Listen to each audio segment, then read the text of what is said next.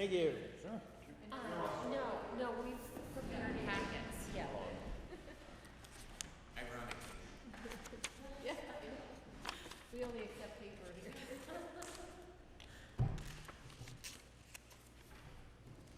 Am I up? Are you setting up a projector? No, everything's in this folder.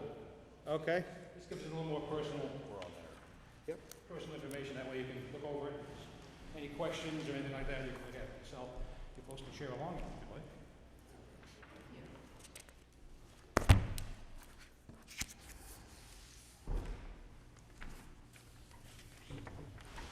All right. Okay, we are televised, so speak clearly into the microphone. There you go. Gotcha. Identify yourself, please. Good evening. My name is Richard Perrin. I'm a partnership specialist with the U.S. Census Bureau. My job here tonight to update you on the 2020 census. This can be available online. We can get it to you. But if you open up the pamphlet, there's on the right-hand side in the back, there's a copy that looks like that. And that tells you about pretty much my presentation. Now, I am a partnership specialist. It's our mission to conduct the census next year and count everybody in the right place. Simple as that, right? We are the largest statistical agency in the U.S. We conduct more than 130 surveys. Every 10 years, of course, is the decennial, and the years ending in 0. We also do the American Housing Survey, population, business surveys, economic surveys, things like that. So throughout the years that there's not every 10 years, we're quite busy. Now, the 2020 census is mandated by the Constitution, Article 1. The forefathers thought it was important enough to put it right up in the front. And they count every resident. It's not really a big job. There's only 330 million people. Not too bad. Only 140 million households. And the census is looking to hire as well. They want to get another 4,000 people by next spring. So they are hiring as well if anybody's looking for a job. My card is located in the pocket there as well. I'll move over to page 3. And the information that we gather determines, mostly it's the money. There's $675 billion out there that's going to be allocated to all the states, cities, towns, right down to the local level. School lunch programs, buses, roads, bridges, after-school programs, sports. It's all going to be, anybody that uses funding is very, very important to be counted. And the higher the count, the more accurate the count, it definitely affects the funding. Also, it's congressional districting. That's in there as well. If somebody wants to start a business, they can look up the statistics for a special area if there's something needed in there. Or if there's too many hairdresser shops, you may not want to open here, you may want to open somewhere else. The information above everything else, number 2 on the list, beside the money, is the information is secure. Once you fill out the census form and return it, and you what they call self-respond, your commitment is over. The money, then the data protection, we have to sign an oath, we have to carry a badge, we have to make sure that we keep the information secure. If we don't, it's only a minor fine, $250,000 fine, or 5 years in jail. And quite honestly, I can afford neither. So I have to make sure that the information is kept confidential. It's Title 13 in the federal protection, so we want to make sure that this information we receive is kept secure. Now, if you go over to page 4, this is probably one of the better slides. It establishes where we count, and that information is going on right now. We have address canvases going out throughout certain areas that make sure the home lists that we have are accurate. If there's any new ones, any deleted ones from 10 years ago, they make sure that that's happening. Once that's established, we motivate people starting in January. You'll see advertising on radio, TV, magazines, newspapers, billboards, everywhere. I was going to Chicago once with a supervisor, and lo and behold, this big electronic billboard right in front of us, and we were kind of like, oh, that's us. So Census Day is next April 1st. That's when the actual counting, that particular day, that's the number we're looking for. Information will be received mid-March, and it comes in 3 forms. You have the old paper ballot that people have seen from years past, and you can sign that, fill it out, and send it back, you're done. This is the first year they're using computers, the first year they're using telephones. So you can actually call up on your phone and complete the census, or if you prefer online, that can be done as well. Seniors like this a lot because they can go to the library, they can If there's a lot of senior centers that have computer information right there, there could be help, so that'll be very, very easy for them. We're trying to make it obviously as easy as possible. Once one of those 3 commitments is done, you're done. The only way somebody will knock on your door is if you're not able to respond in one of those 3 areas. So that'll happen sometime. That goes right up until next September. So hopefully we have somebody that does not respond, we'll be able to contact them. And it's self-response. It's probably going to be 10 questions, maybe 9. We haven't really figured out if that's going to be 9 or 10 questions, so it shouldn't take you too long. If anybody speaks a different language, there are 12 languages that you can call up on the phone and speak to somebody in that particular language, and those are listed on the next page. There's also, of those 12 languages, that's contained within 59 languages that are available to that somebody needs help. I came across some Burmese folks 10 years ago when I did this, and they have a very pretty looking language, but I couldn't speak it with much of anything, so I didn't. When I first ran into these folks, they're not really tall in stature, and I am, and I think I scared everybody until they finally figured out what I wanted. And we're looking for numbers, statistics. That's all we're looking for. Somebody's lifestyle, somebody's religion, somebody's personal opinion, that's not part of this. That's just totally numbers. How many people in this house, how many people in that house, how many people, and so on. And they have a group quarters program as well to take care of hospitals, nursing homes, prisons, jails. They do count them. And next March, end of March, they'll be doing a homeless campaign as well. So everybody gets counted. One of the most undercounted population are children, young children, and they're very, very important. So once the information gets out there and you're able to respond, they tally up the results, and by the end of 2020, it's reported to the Office of the President. And by March of 2021, that's when the congressional redistricting will take place, and that's when the money will be sorted out. And again, the languages, they're hiring. You can see the languages there on page 5. They're still hiring. They've done a lot of folks already in offices, my particular position. But they are looking for people that can take care of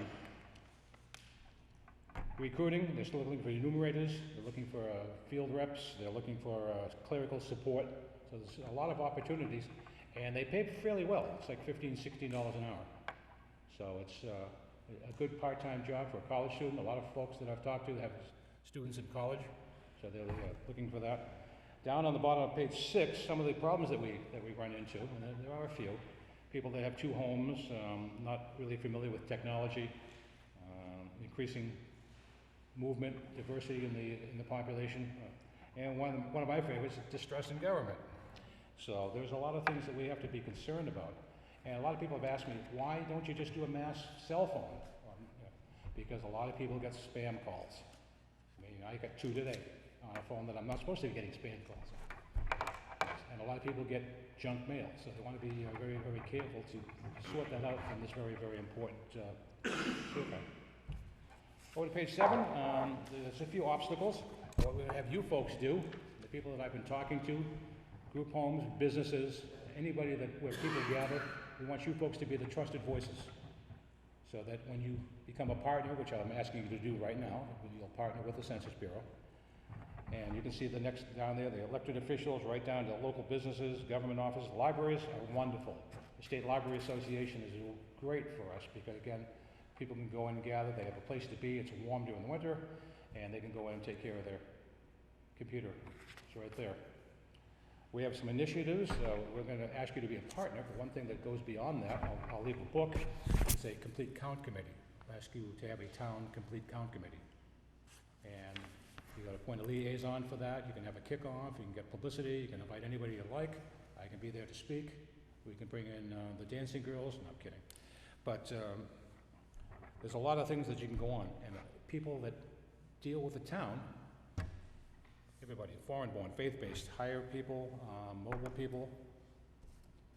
You be the voice, and they will be able to hear from all of us.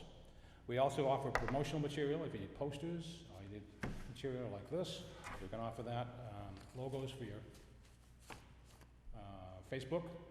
Drop-in articles for your town newspaper, or anybody. Carriage Town News will be getting some of those. social media. So there's a lot out there, and you get that right on that website that's on page 8. You can go in yourself and actually get that, so, or I can provide it to you.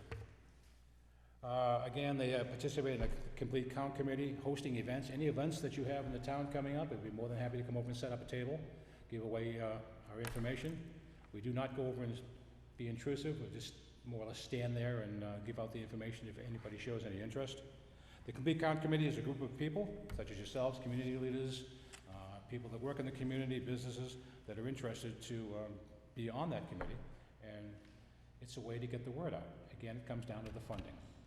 If there's a school over here, the library across the way, if a school lunch program, we need, you need roads, police department. Hey, do we have enough to hire another officer? That'll be part of your funding. And we get started by appointing a chair, liaison, and work from there. Again, I'll leave this copy so that you can share it. And plan a kickoff meeting, some subcommittees, anybody that could work together. They can be interactive too. You can have one for the town, you have one for the police, one for the fire, one for whomever, and they all work together. They're all interactive. You can be on more than one. That's perfectly all right too. And again, there are subcommittees, people that work under that in all sorts of different ways, different businesses. You can see that on page 10. It pretty much states what I've just said here on page 10. One of the other very interesting things on page 11 here is a thing called Roam, which is the Response Outreach Area Mapper. Anybody, anywhere, any computer can go on and check statistical data about where they live.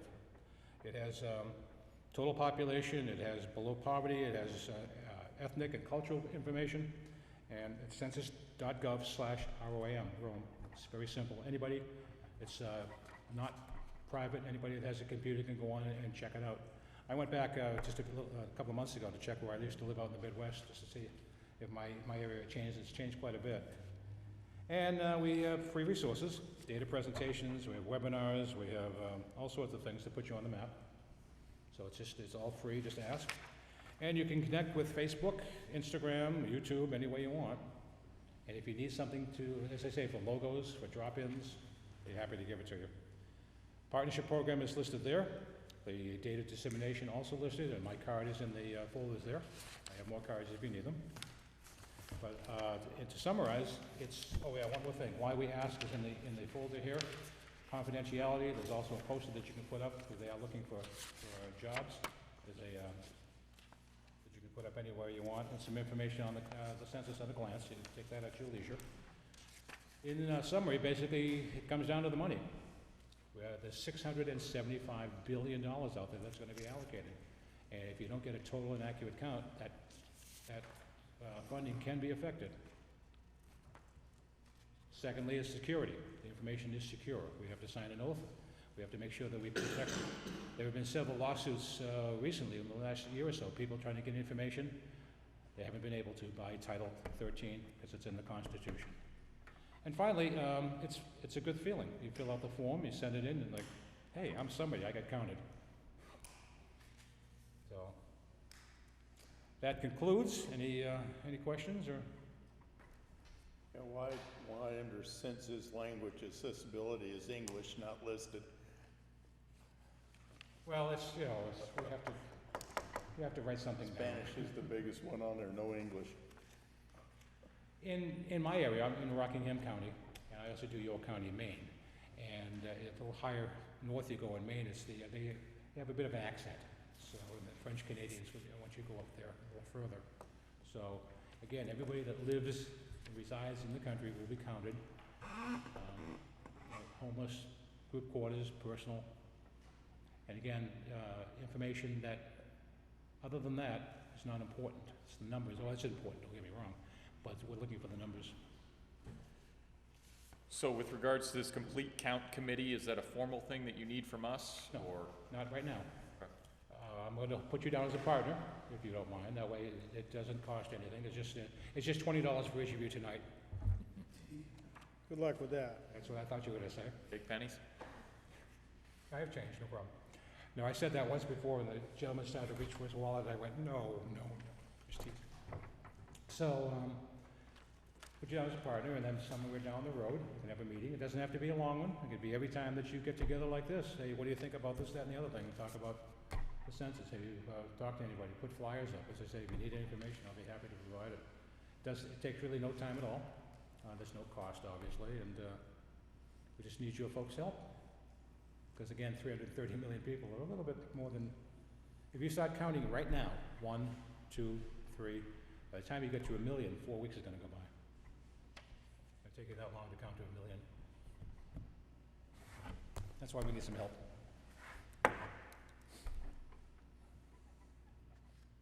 And I understand that these folks behind me are gonna be in the census too. They'll definitely self-respond, because the folks from Rico. Say your support staff? This is my support staff over here, yeah. I have a piece of equipment of theirs at home, at my home, so they'll be happy with that, so. And, again, if you folks need anything, I'm happy to help you out. Just tell us which way you came in. Right, we can certainly put something on the bulletin board, Absolutely, absolutely. and maybe put up, in the, hallway, maybe a poster, just so people are aware of it. Or the library too. If you could leave us a few of those, that'd be great. I mean, typically, anybody who registers a vehicle in town, or Absolutely. pays their taxes, comes and visits the Absolutely. town clerk. But at you least can, once- we give you a flyer that you can put on the tax bill. People, the electric company is gonna be doing the same, they're actually gonna put a little insert. Water companies, any utilities really can put anything in their bill, with their permission, of course, and we wanna make sure that, we're not obtrusive. Again, if you have any events coming up, we'd be more than happy to come over and represent. I did a, Well, we had our 325th celebration, you missed that, so. I was at the Plaster Old Home Days, though. I was there. What? Plaster Old Home Day back in June. I was there for that. When was the thing? It was in the middle of June, June 23rd, 24th, Old Home Day in Plasto. Oh, And I missed Kingston Day. I was in New York doing training for that, so I missed that. But anything, middle of October, they're gonna be really focusing on a lot of events. They wanna get the help out, the word out for this help, so. any questions for Richard? And I'm familiar with Mr. Heights, by the way. Thank you for seeing What's me. that? I'm familiar with you. I've seen you elsewhere, let's put it that way. Uh-huh. Okay. Thanks for coming in. Well, very welcome. Got your Thank you for having me. information, and we'll try to disseminate, get the word out as much By all as we means. can. By all means. And again, if you're able to form a CCC, Complete Count Committee, do so. That's just, you can only help. Thank you. You're very welcome.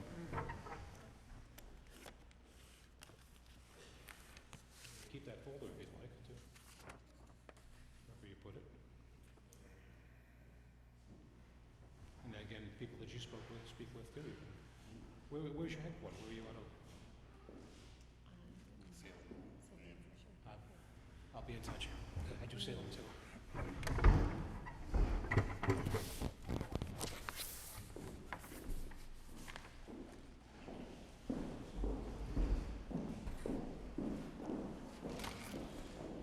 Rico, right? This is different from the one that I had here. So we're gonna go over. Pronounce the name of your company. Okay, good. Name of my company's Rico. Rico. Like the act. Here's some additional. Give you much more Okay. information on the CCC. All righty, thank you. Thank There you. you go. Thank you very Well, much. Murdering trees, huh? You're here to tell us how to stop murdering trees.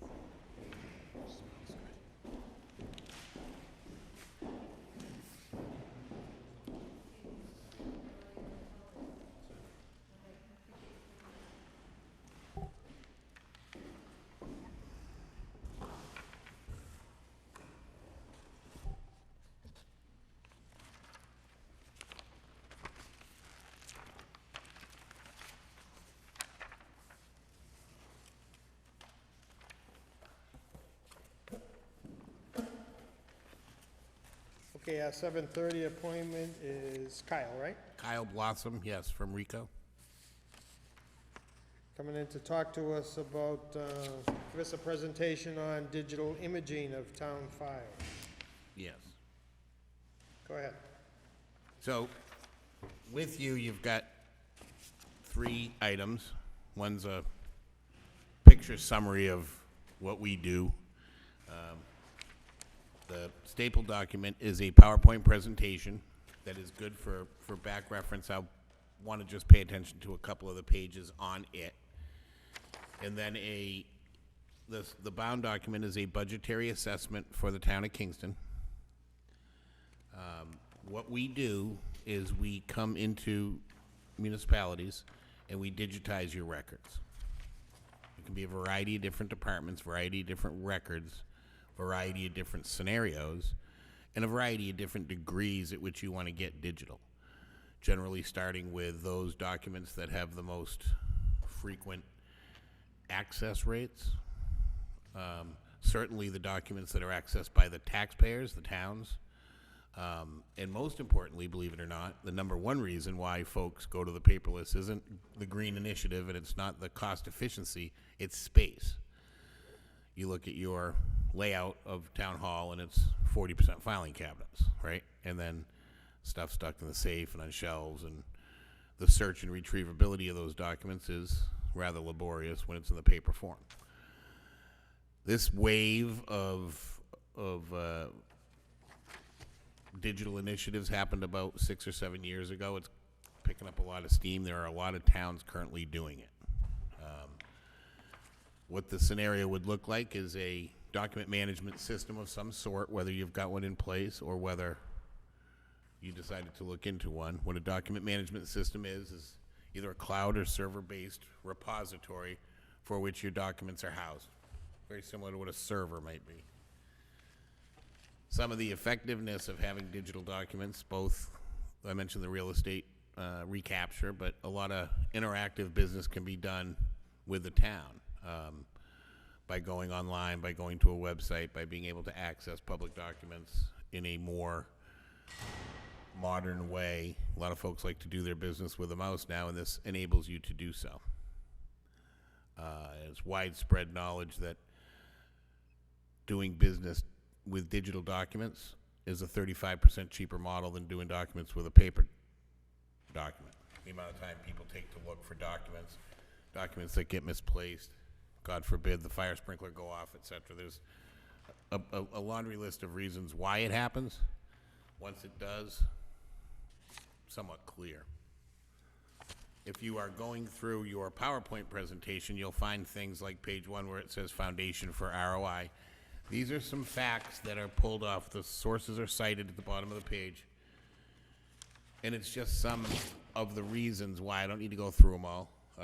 One I do is PricewaterhouseCoopers assessed that every 4-drawer filing cabinet you have in your offices costs $25,000 to fill, costs $2,500 a year to maintain.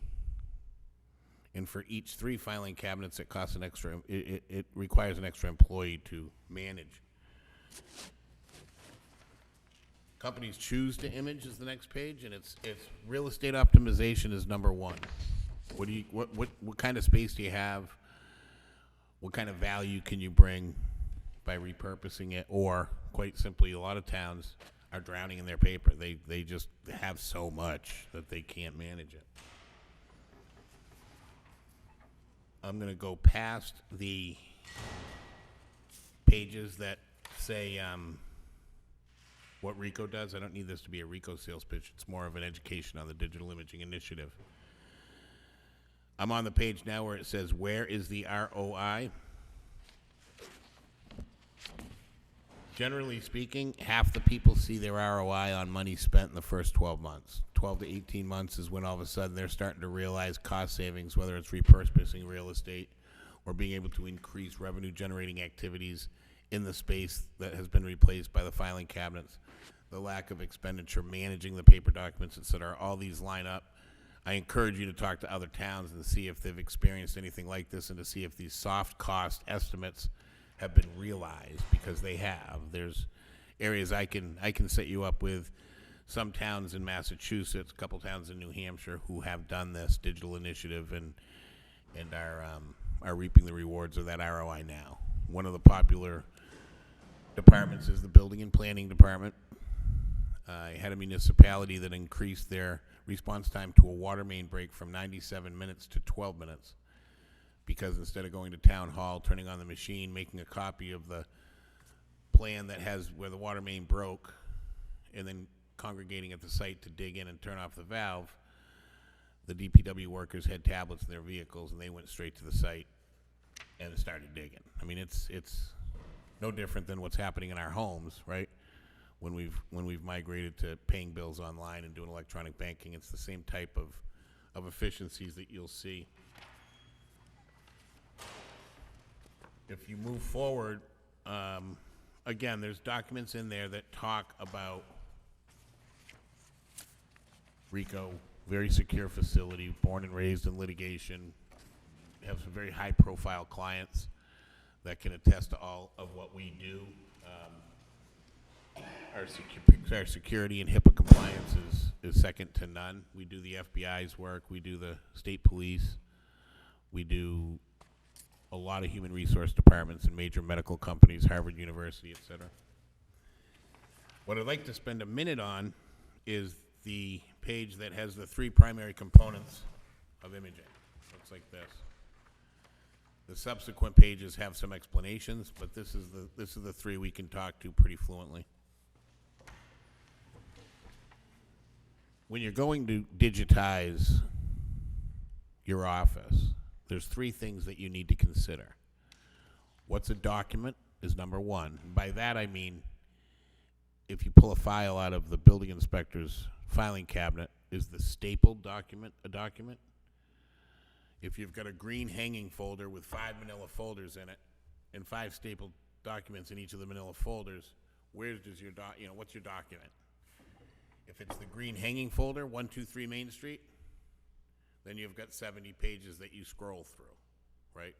Less expensive, less granular.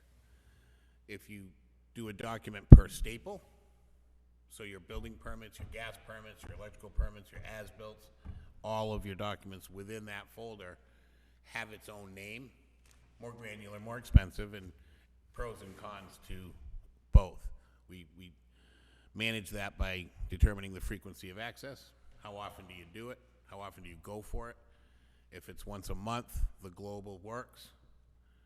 If you're looking for a gas permit, but you also want to see the as-built and a couple of pieces of correspondence that might have preceded that permit being issued, you go with the global, because you can scroll from page to page, from document to document, kind of like how they let their fingers do the walking through the paper.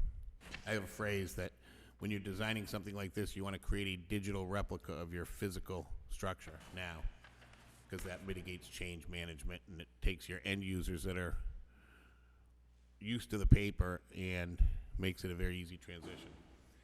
The second component is what you name it. So if you're naming on the file level, you're naming the PDF by the address, physical address, the map and lot number, right? And if you're getting granular, you might have permit numbers, you might have permit types, correspondences. The more granular you get with your documents determination, the more specific your names need to be. And in turn, the more targeted your search needs to be, right? So we create 3 primary indexing values: primary, secondary, and tertiary. And the best way to describe that kind of is the primary gets you to the hayfield, the secondary gets you to the haystack, and the tertiary value gets you to the needle in the haystack. So to make an analogy, if you're Googling for pizza and you just type in pizza, you're going to get 72 million hits on all the pizza places that Google comes up with. But if you do pizza Kingston, you might get 4, right? 3.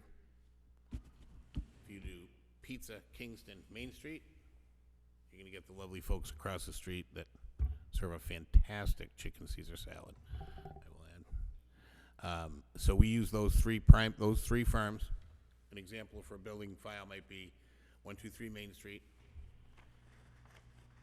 map lot number 04/2, and then permit number 865. So if somebody wants to find all the documents for 123 Main Street, they type it in, and it's there. They can do this from wherever you decide they can. In the city of Lynn, Massachusetts, they put a kiosk right at Town Hall. So instead of having to come to the counter and ask somebody for a property file or anything, they go right up, username, password, it's posted there, and they've got full access to whatever documents the public has access to. Their access is restricted to those that they can't. That's a determination you folks make. If it's something that's online, you can do that. You link the digital documents in with a GIS system, which then opens up all kinds of possibilities with mapping and zoning and all that stuff. The GIS folks are really starting to get popular. And then the tertiary, the third component is called the platform, okay?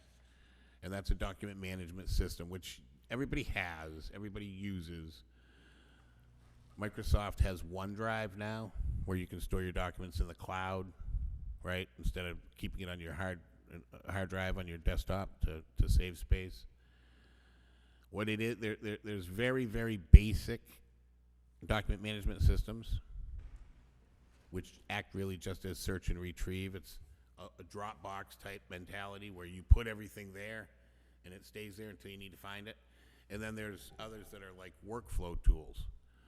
So when accounts payable receives an invoice and they put it through their scanner, the software reads the invoice number because it knows where it's at, the vendor name, the pre-tax dollar, and it determines where that invoice needs to go for approval, whether it needs to go to the PO desk or whether it needs to go to the buyer or whether it needs to go to the CFO due to its size. So that's very common technology now. There's nothing fantastic about that. So when it comes to the platform, there's many decisions you can make. One of them being keep the documents on your server. That is a little risky. People don't really go to servers much anymore, local servers. Too much space, too much expense. You always have to expand, and it's not going to survive a fire. The cloud is very inexpensive, very secure. Some of the most intense documents I've ever scanned are kept in the cloud. Harvard University's donor files. Something like $487 billion worth of donations. Half of them are anonymous. If it's disclosed who donated any individual donation, then it's Harvard's responsibility to give that money back, right? So there's something that they would be anxious to put in the cloud. But it's a military level clearance with the redundancy and the security that comes with any of our cloud-based solutions, and quite frankly, most. So in summary, what's a document? What do you call it? Where do you put it? Okay? Any questions at all? What kind of reaction is it? Does it sound like something that you've been thinking about? Is it a distant future? Is it something that's hitting any hot buttons? So your company provides the actual scanning of the information? Soup to nuts, yep. Soup to nuts. So you provide the systems to retrieve it, the software, whatever? Yes. I did see I think, Susan, didn't you email us like a proposal? Yeah. The bound document here is a proposal, so What's that? this bound document is a proposal. It might have So adjusted. if we can open that, I don't want to be redundant, there's some rah-rah-ree stuff here too. We've been doing this for quite a while, since the mid-'80s. I personally have been with Rico doing this since 1993, just celebrated my 26th anniversary. Didn't think it was going to be a 26-year career, but all of a sudden you're the only guy in the room that knows anything about scanning, you stick with it. I don't know much about anything else, but I can do this stuff pretty well. So this will give you some thumbnail ideas, but I'd like to turn you to this page here, What page is that? 6. 6? Page 6 of 19, it shows the Kingston Assessment. Okay. So what we did was we walked through department by department and took a $35,000, or $35,000 foot view.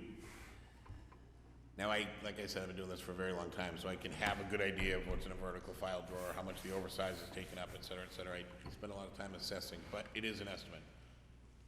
So in the building department, we had 75 shelves,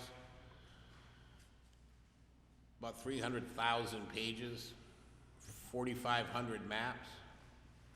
And I mean, to give you an example, just, you know, a real life example, go find me a map out of those 4,500 maps. 875 Main Street. It's a day and a half, I bet, to go find it. I mean, there's just 4,500 of them, and they're not, you know, they're not in a filing cabinet, they're not in any kind of order. And it's that way in every single municipality. It's the oversized plans that people kind of dump on town hall when they have to do these additions or whatever they're required to use these oversized drawings for, are in a corner. These are frontline accessible with a digital copy of it, properly named. Finance had 28 shelves, but 162,000 documents. The tax collector had a few different things here, cemetery records. Meeting minutes is very popular. Now, I will tell you this, that Kingston's very organized in their paper, the way it's kept, compared to what I see. And if you want to just go to the towns next door, just go to the towns next door and ask them how they, you know, ask them if you can see their structure. They'll show you. Meeting minutes is very popular because the need to access meeting minutes, and when you put optical character recognition through a document, it becomes searchable, Googleized, right? So if you're looking for who voted or discussed the Cedar Park credenza back in 1986, it's a search term, and you search through the minutes, and it pulls up the documents that contain those words. Tax warrants are a big popular one. And then planning and zoning is the same thing. Planning and zoning and building become duplicative a little bit. There's some duplicative files which we can sort out. But again, you've got 4,000 maps, which is a significant number of oversights. Or I'm sorry, 6,500 maps. So we came and spent a couple hours, talked to the individuals that were in charge of the files that they used. The assessor's office is not in here, but could be. Very big one there. What files are accessed the most? What's the degree of difficulty in accessing a file? The answers to those questions are variables in the equation that lead to whether this is a good value or not. I mean, if there's no issue, no problem, and you got all the room in the world, then it's a little less value, right? But if this solves any problems, it's great. So if we can move forward, I think it's page 17. No. If we can move forward to page 12, this is a primary budget table, and I say primary because you haven't made, I mean, this is the purpose of the exercise, is to put some dollar figures next to it, because if it's a $1,500 job, everyone's gonna say yes, and if it's a $150,000 job, everyone's gonna say no, right? Because it's gotta fit. So, we break it out in line item on the top, off-site imaging, okay?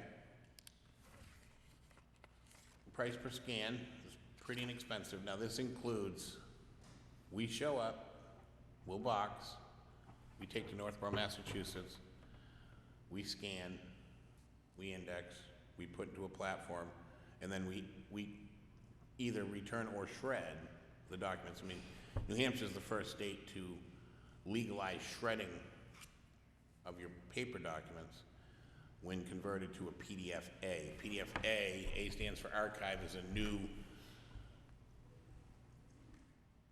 industry agreed upon permanent record. So Sean Mulholland, former town administrator in Allenstown, work with him pretty regularly.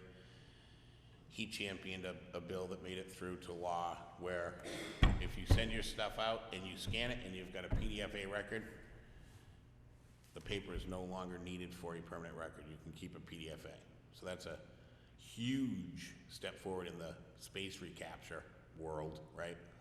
Massachusetts is not. You scan your paper, you still gotta keep it. You can use the digital images for all the purposes of it, but you gotta send the other stuff off to dry storage. That will change. I mean, this is all going in that direction because of the troubles caused by managing paper. I mean, when hurricane, I forget the name of it, was it Katrina, went through inland Florida, it wiped out 80 town halls. 80 town halls right in the middle of Florida. Gone. Paper, deeds, landlines, everything gone. And it's not hurry up and scan your stuff because something's coming, but it is one of the reasons why you want to secure the stuff is when you get this stuff into digital format, it's protected from a disaster recovery. Now, one town hall have I ever seen have issues with it. In my 26 years in Revere, they actually had a rainstorm hit that caused leaking and damaging, but it's not a regular thing, it's just something that's out there.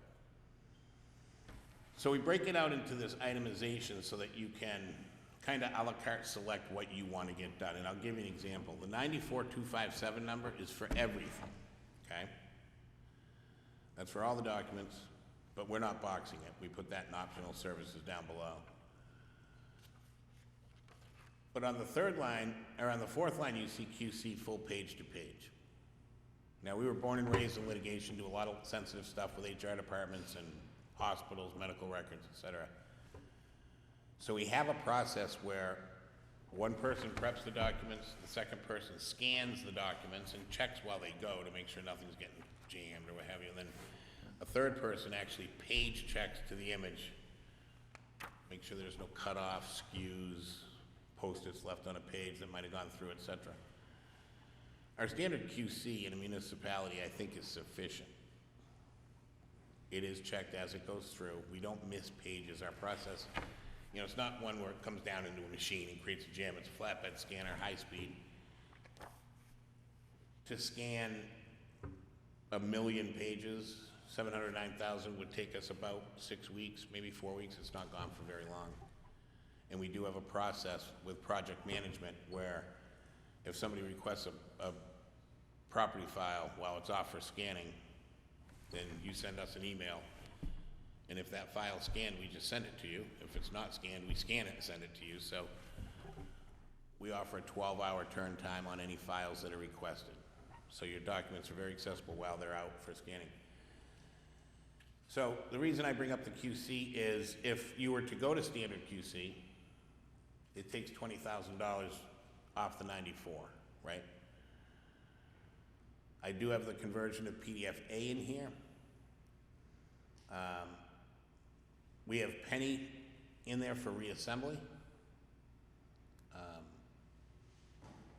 It is listed as none, but the penny is in there for cost purposes. We don't need to charge for reassembly if you're going to destroy your documents. When we're done scanning, they're put back into the file and into the box in the same exact order. All the hardware is taken out. Nothing's rebound, no clips are put back, no staples are put back.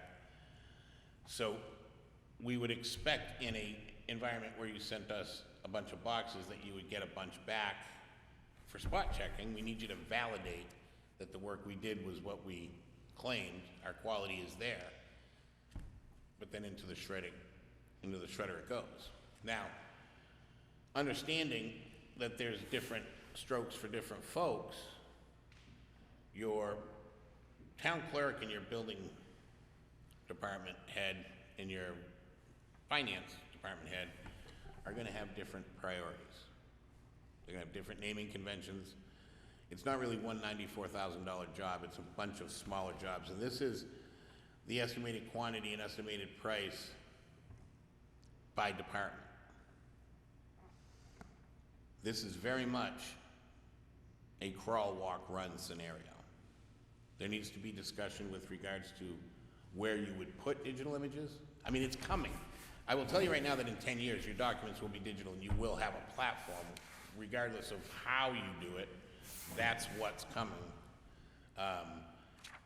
As more and more people go to the paperless environment, it's becoming more of a value prop. So, if you wanted to take your minutes, and I forget what the count was, but just speaking hypothetically, I think it was 28,000 pages. I think there were 7 shelves of 4,000 pages.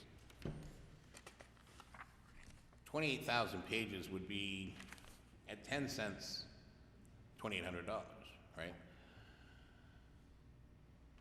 The cost of your low-end cloud-based search and retrieve tool is about $5 to install, and it's a subscription-based model, so you pay about $200 a month for the service. So you can get up and running for under 10 grand, you know, and you've got your meeting minutes in a cloud-based repository, and then to expand on that, you buy space and you buy user licenses.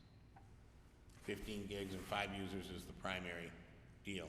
Now there's, again, those workflow tools, which I think, you know, I advise everybody, look at my search and retrieve, look at my workflow, and look at someone else's stuff. Don't just look at my stuff. It's a comprehensive understanding of the platform to house your documents that you need to get to, not just someone coming in pitching his wares. It's the concept of that model that you got to embrace in order to make this a go. It's perfectly understandable to do it one department at a time, right? So through discussions like this, an initiative is born, okay? Let's move forward with it. Let's start to look into these platforms. Let's get demos of these platforms. Are these platforms things that I can do and I can do easily? Is it something that my 60-year-old admin can handle easily and my 28-year-old new hire can handle easily as well? I'll tell you now, the people who are entering the workforce aren't dealing with paper. I just graduated a girl from Melrose High School, and she never touched a textbook, never had a notebook. They don't use them. The teachers write on a smartboard, and at the end of the class, they hit an X, and the smartboard emails all the class notes to their tablet. Their entire curriculum's in Aspen. She's now at Curry College, and it's not the same in class, but it is the same from a digital curriculum. There's nothing in their backpack but an iPad. They don't turn paper in. They create their homework digitally, and they upload it to the portal for the teachers to read. Assignments are due at 3 on Sunday. You know, it's crazy. She has no paper. She does not know. There's downfalls to that. When I was telling her to send thank you cards for her graduation gift, she didn't know how to fill out an envelope.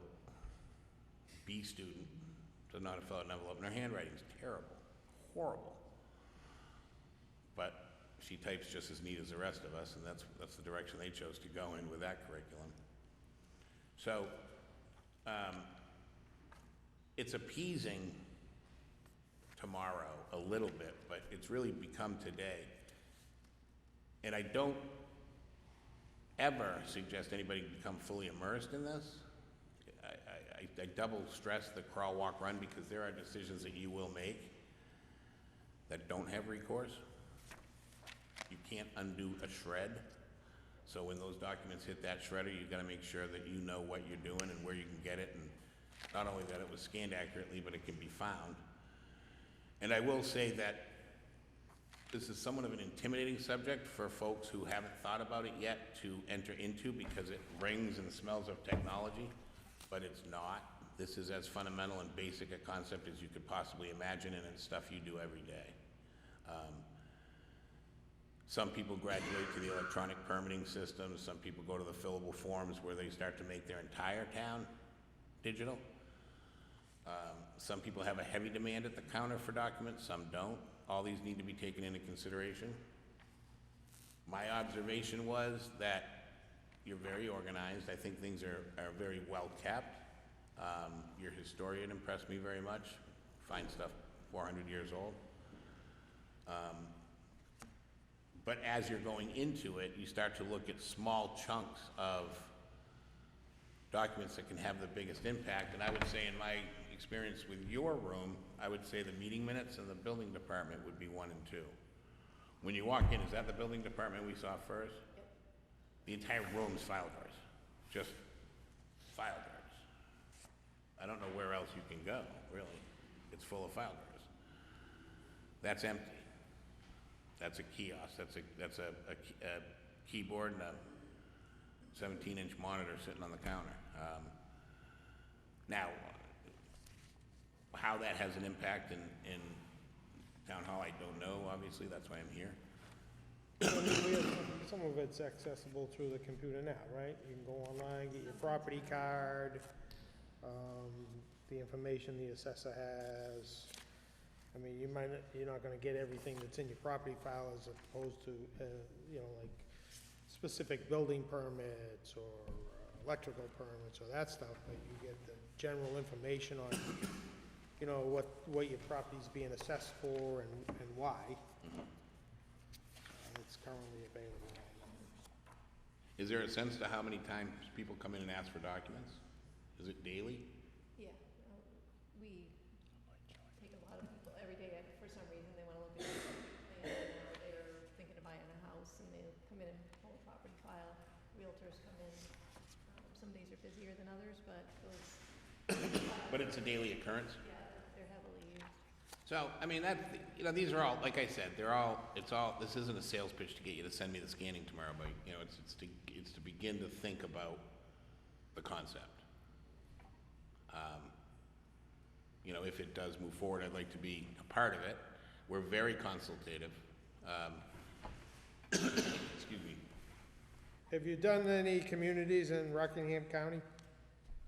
I didn't see a list of any communities a list of your existing clients, I don't think. Have you done any communities, municipalities in Rockingham? I'm not familiar with Rockingham County. I mean, I should be. I'm a Concord, New Hampshire boy, but I live in Melrose, Mass now, so I know Middlesex County. I mean, we've done some work. Seacoast, all Yeah. over to Salem, Concord? Allenstown? no, we don't go up that far to Concord, but, as far south as Plastow, No. and how far up is Rockingham? Right to Maine, What's that? right to Maine, No, but I mean, north on 125. Northwood, Northwood, Nottingham. Nottingham. No, not specific to Rockingham County. We're really just beginning to speak the message up here, in part because of the bill that was passed, because the demand is here. But I can give you a laundry list of folks that we've done the work for, just not in Rockingham County, you know? A number of them in New Hampshire, No, probably 3 or 4 in New Hampshire, mostly Massachusetts. mostly Massachusetts. Yeah, and again, the initiative popularity is just starting to get high. So Lynn, Massachusetts, Salem, Massachusetts, Lawrence, Massachusetts, Melrose, Massachusetts, Westboro, Massachusetts. That's a pretty good 2.5 years worth of work right there, right? And plus, we're not just doing municipalities, Partners Healthcare, Harvard University, Bentley College, all these different places. Our campaign into New Hampshire started about 8 months ago when Sean left Allenstown and went up to Lebanon. Because he got me involved in the New Hampshire Municipality Association. I did a breakout session there and spoke. And then the calls started coming in. So Maureen and I decided to get proactive and head out to the field to... Who reached out to you? Was it Cindy or was it you? No one reached out to us here. We came knocking. Okay. Maureen, I said. I didn't know if the records retention committee, Well, I had been speaking with Susan about We've been talking about it and. our space needs, Email, I yeah. responded and asked them to come in and take a look and give us an idea. Just to get an idea about not only records retention, but record storage and, So, Maureen, who is from Exeter, Yes. handles the New Hampshire area where I handle the Massachusetts area.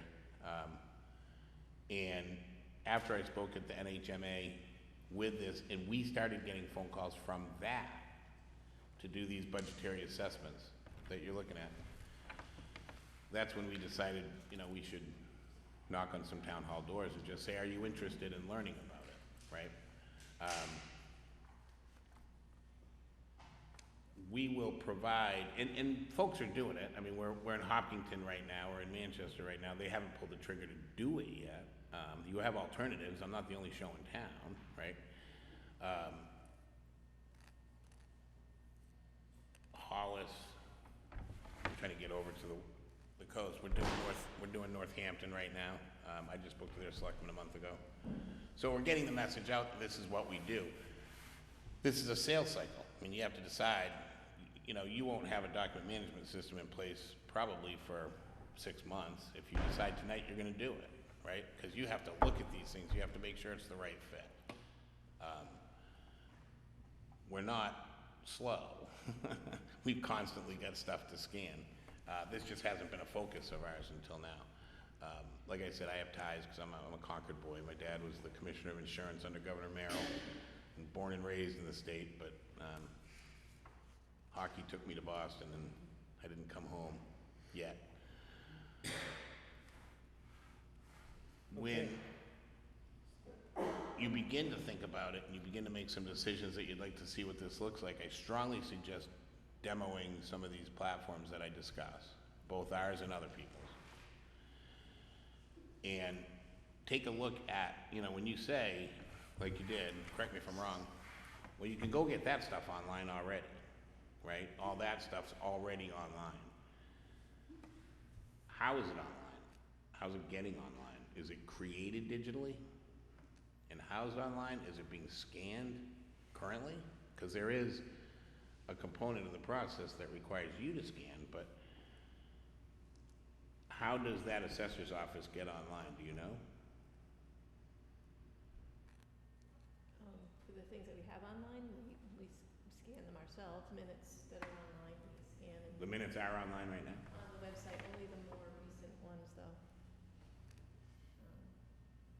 So it's more of that, only on a higher level, you know? I mean, it's, if you have what you need online, again, crawl, walk, run, right?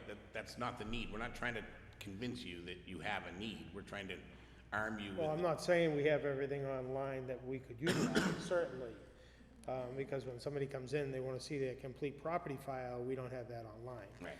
If they wanna do comparisons of assessed values, they can certainly access that, and maybe get similar properties, or if you wanna jump on and see what the minutes of the meetings were, you know, for the past year, that's not a problem. If you wanna know 20 years ago, that's an issue.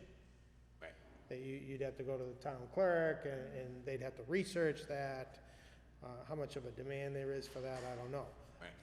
Yeah, I would recognize that space, you know, certainly we generate more paper every day.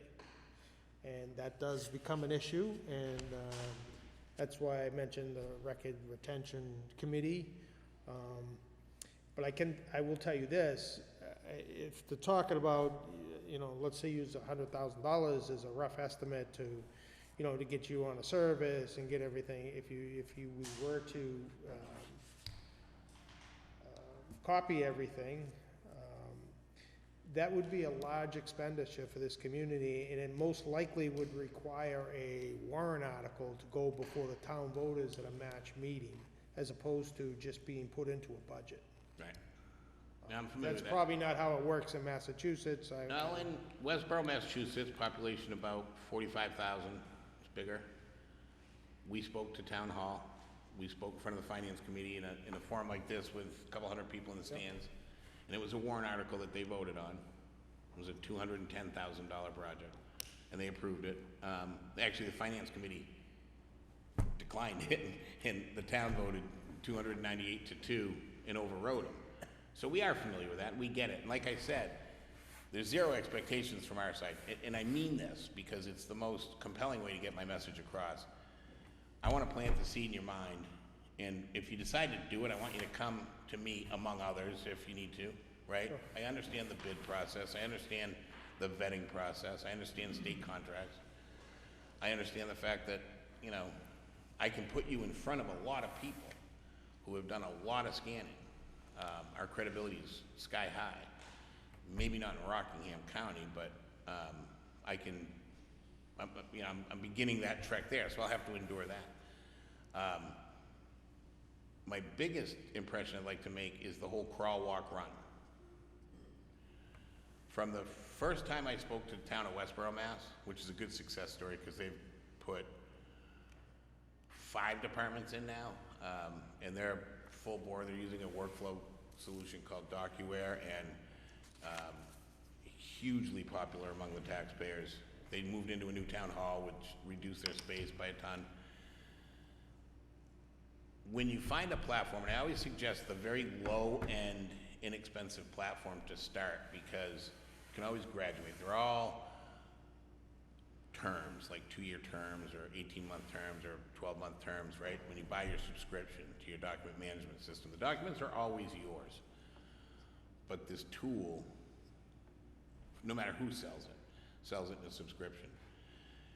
When you go to the most simple, basic, bare bones search and retrieve tool, I think it's a little easier to understand. And after a year or 2 of working with it, you'll find that your employees and your users will want more, right? They'll be looking for that advanced system. And depending on its usefulness, how much is, a $30,000 system in value?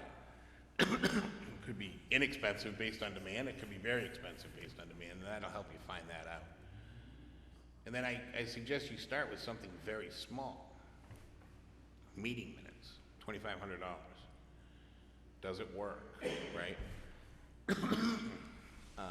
I wouldn't suggest you sign a warrant article for $94,000 and dive into this thing, because you gotta put a toe in the water and you gotta figure out what works. You gotta find out what mechanism you're gonna use to find your stuff, to look for your stuff.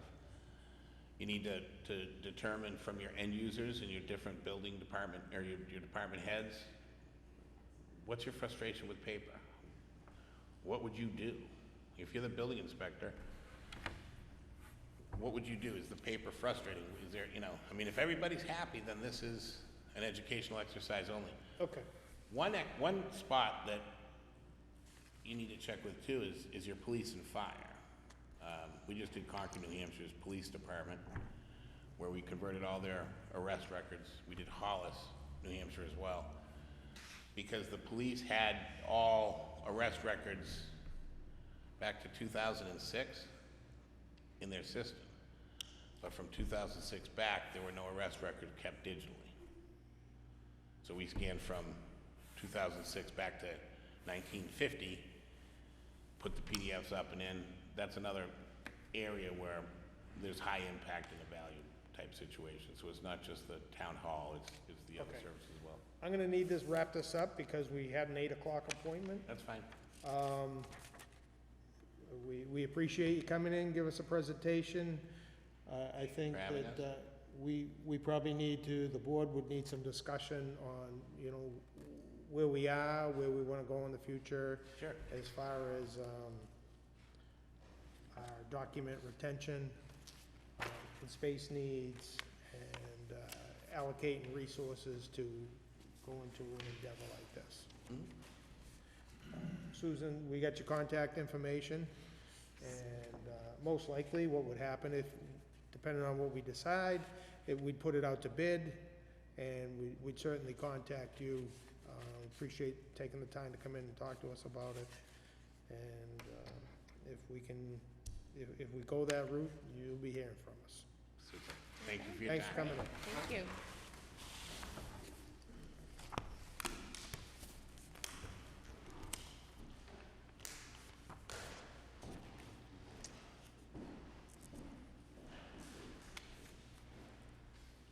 Okay, Lisa?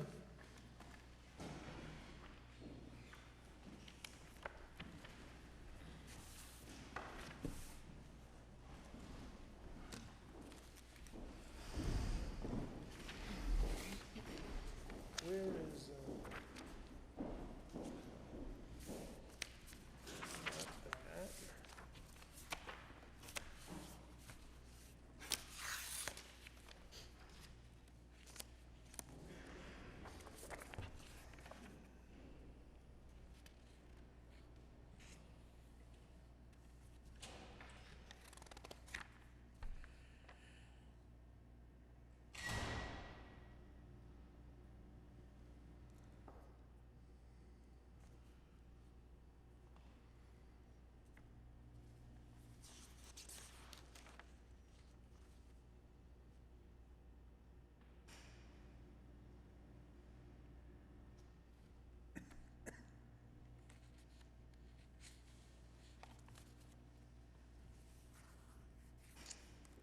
Okay, we reached out to our attorney who reviewed some of the information.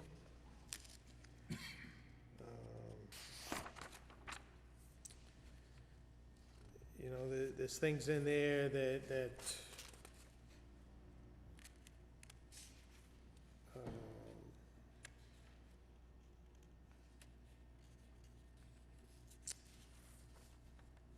appears that the argument can be made that it was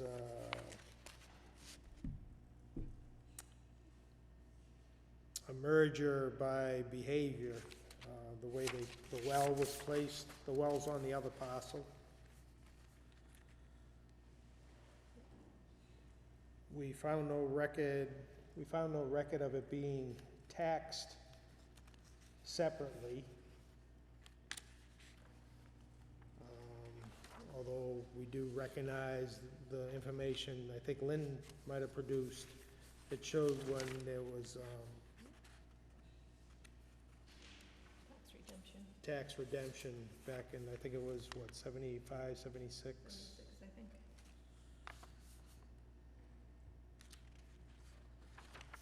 How would the board like to proceed?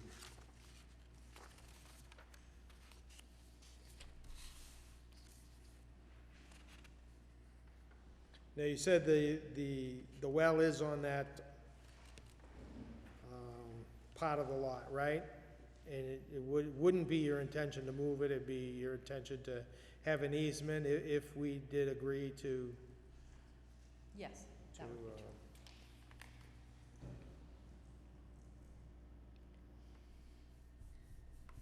separate the lots.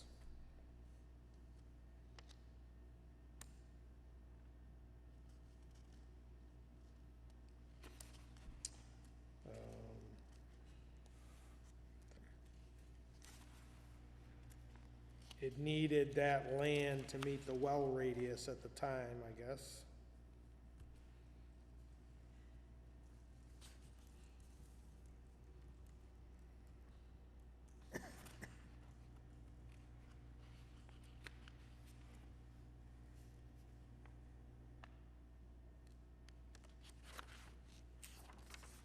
How does the board want to proceed?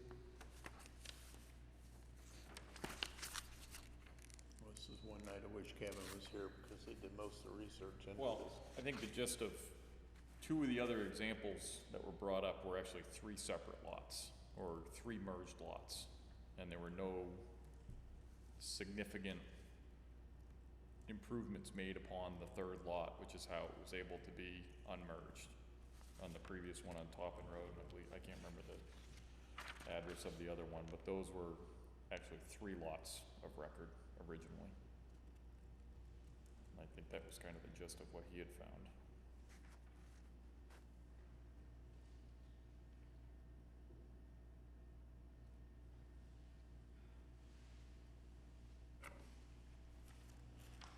At the time, there was evidence submitted by the property owner indicates that he never intended to give up rights to the three parcels he purchased, and that he actually made efforts to act only within the original boundary lines and with proper setbacks when he applied for permits.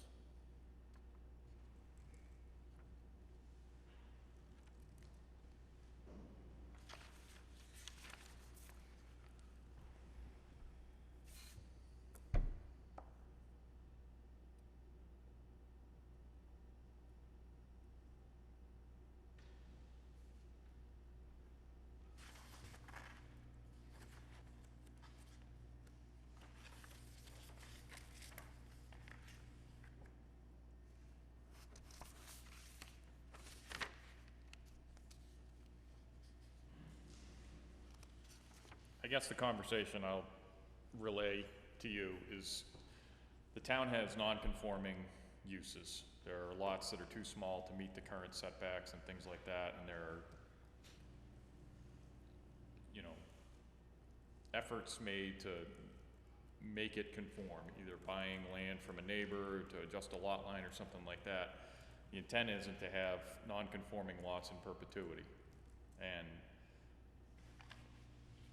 what I keep coming back to is it seems like it was a merger by conduct in the zoning ordinances or the setbacks, in order then to be achieved, had to be both building lots being put on the building permit. It is kind of what I keep coming back to, and it's not a straight up similar one to the other ones that were unmerged, because like what I just read is, you know, they took efforts to keep one of the lots separate from the other two, and with 3 lots you could do that. I think it's a lot harder with 2, and unfortunately I don't think we have anybody on hand who was there in 1980 when the building permit was applied for, so we can't get it from the horse's mouth on anyone.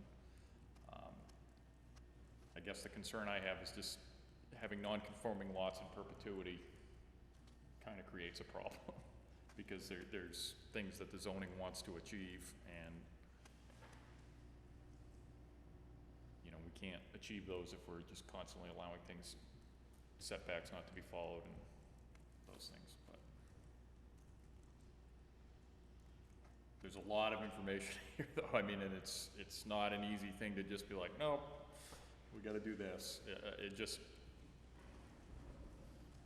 and I know it's not what you want to hear, but as I keep looking at it, I keep seeing a merger by conduct, and that's kind of where I'm at. Do we have the property file up here? No? No, I can go get it if you want. That's it. What did you need from it?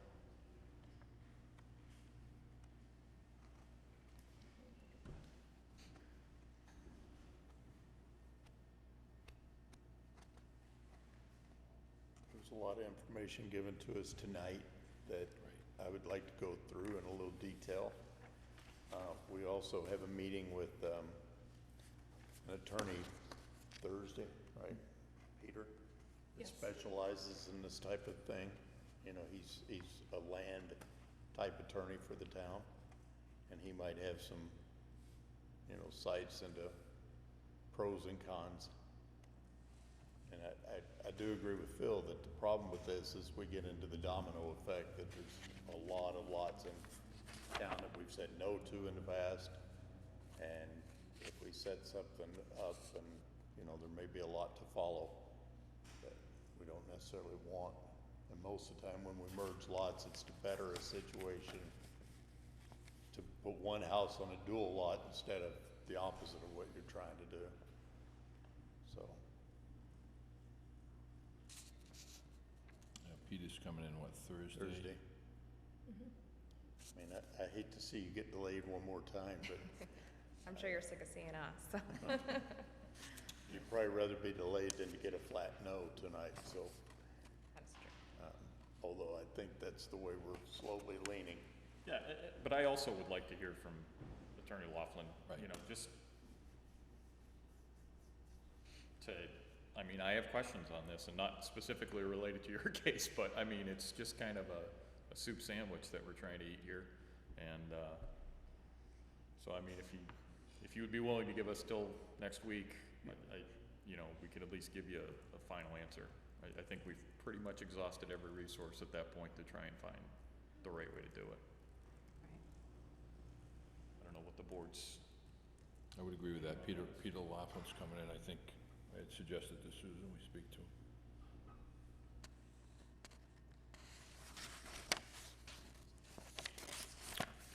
Are you comfortable with that, Lisa? Yes, thank you. The only thing that you have something that gets stuck in your head, Mr. Wilson, you had said something about the well, and that oftentimes several houses can tap into the same well. So I know that on the original site plan, there were some paperwork that I've seen along the way that there were at least one other possible well site. So I'm not sure that, that was the only one that was a definitive reason or why they placed it there. I think that what we have seen and what Lynn has helped us recognize is that that the lots had been merged prior to any building permit or any parcel, any house being built on it. And that I'm just keep going back to the law that was created to protect homeowners for this kind of situation, so. I just want Rhea to be able to build a house behind us, that's all we want, and it would be great if it could happen, so. Thank you. I promise you, it's not from lack of effort.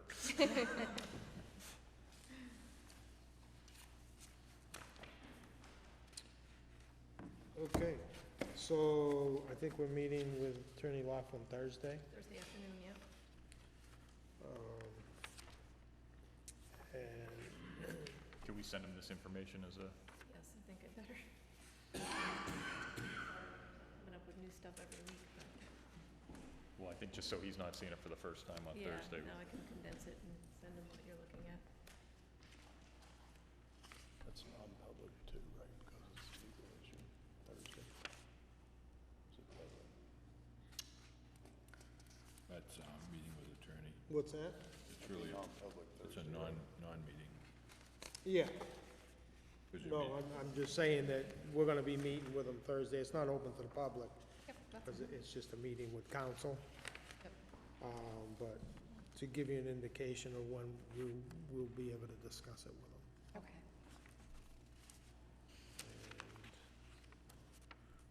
Hopefully, we'll be able to make a decision that day and reach out to you.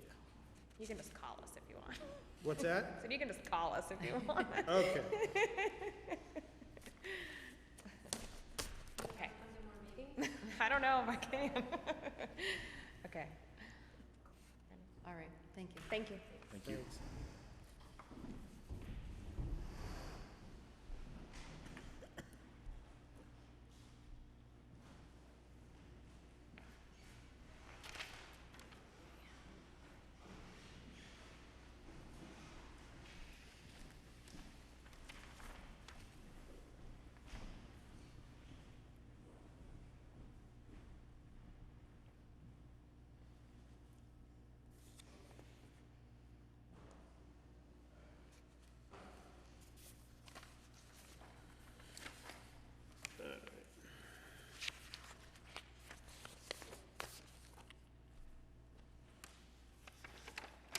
At this point, I'm gonna open up to public comment. We have public comment twice in our meetings. This would be the first one. We extend 3 minutes to anybody from the public who would like to address the board. Is there anybody here that wishes to speak to the board under public comment? Yes. Yes, sir. Are you, 62 Mill Road? Yes, Come on up. yes, you're one of the people I put down that may be talking, so. Okay.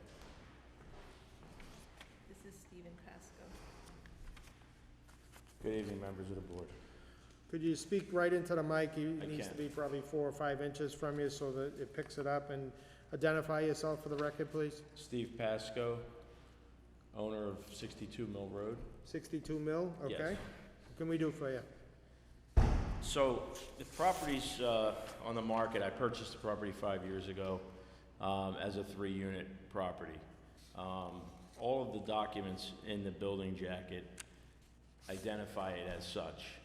However, the building inspector has recently told a broker that it's only a 2-unit, and I'm trying to get clarification because everything that I read here says three units in this property. What year was it built? Built, I don't know, probably in the 40s or 50s. Maybe the property card, I don't know if I have it. And what's the zone it's in? 1950. We have a card in the back, Mark. Oh, okay. The two building cards, or tax cards, one reads 2-family, and the other calls out an apartment over the garage. The garage is on a separate.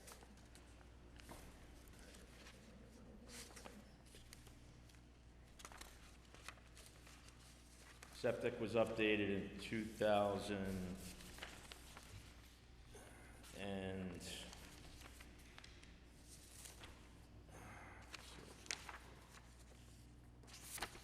2000. Approved for 3 units, each unit 1-bedroom apartment.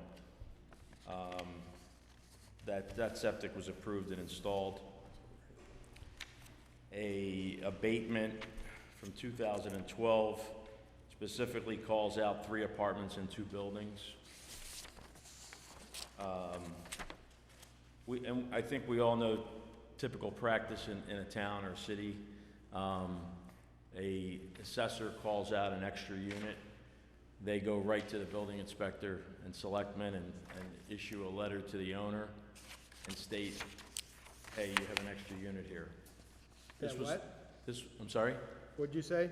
Typically, if it was an illegal unit, the assessor would see it, call it out, and then it would go back to the building inspector and/or selectmen to call out an illegal unit in a building. This was 20-something years back being assessed as such, as 3 units.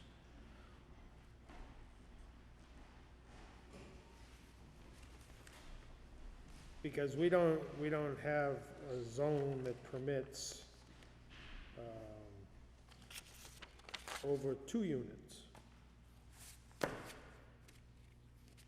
I don't believe. At that point, with all due respect, this assessor, the assessments go back 20-something years showing this. At that point, if it wasn't allowed, why wasn't it called out by the town? Nobody's called it out, but you've taxed this property for that unit. Well, he's got another In page. fact, the building inspector's notes here, 1966 to 79, 2-family. 1992, 1-bedroom with electric heat. 1993, 1-bedroom. 1976, back to 76, finished room over garage. Finished Living room over garage, doesn't say apartment. No, that doesn't at that point. This is the building inspector's notes. But I'm calling out the assessor's notes that call it 3 apartments and 2 units. Tax cards that call it an apartment over a garage. All the paperwork globally for this property leads one to believe that there's 3 units on this property. Land type, 2-family residential. That's what the tax card says, right? That's what tax card 1 of 2 for this property says. Yes, sir. Mr. Chairman, as the allotted 3 minutes have been gone over, I would move that we allow the gentleman 5 more minutes to speak. Second. All those in favor? Aye. Okay. Thank you. Do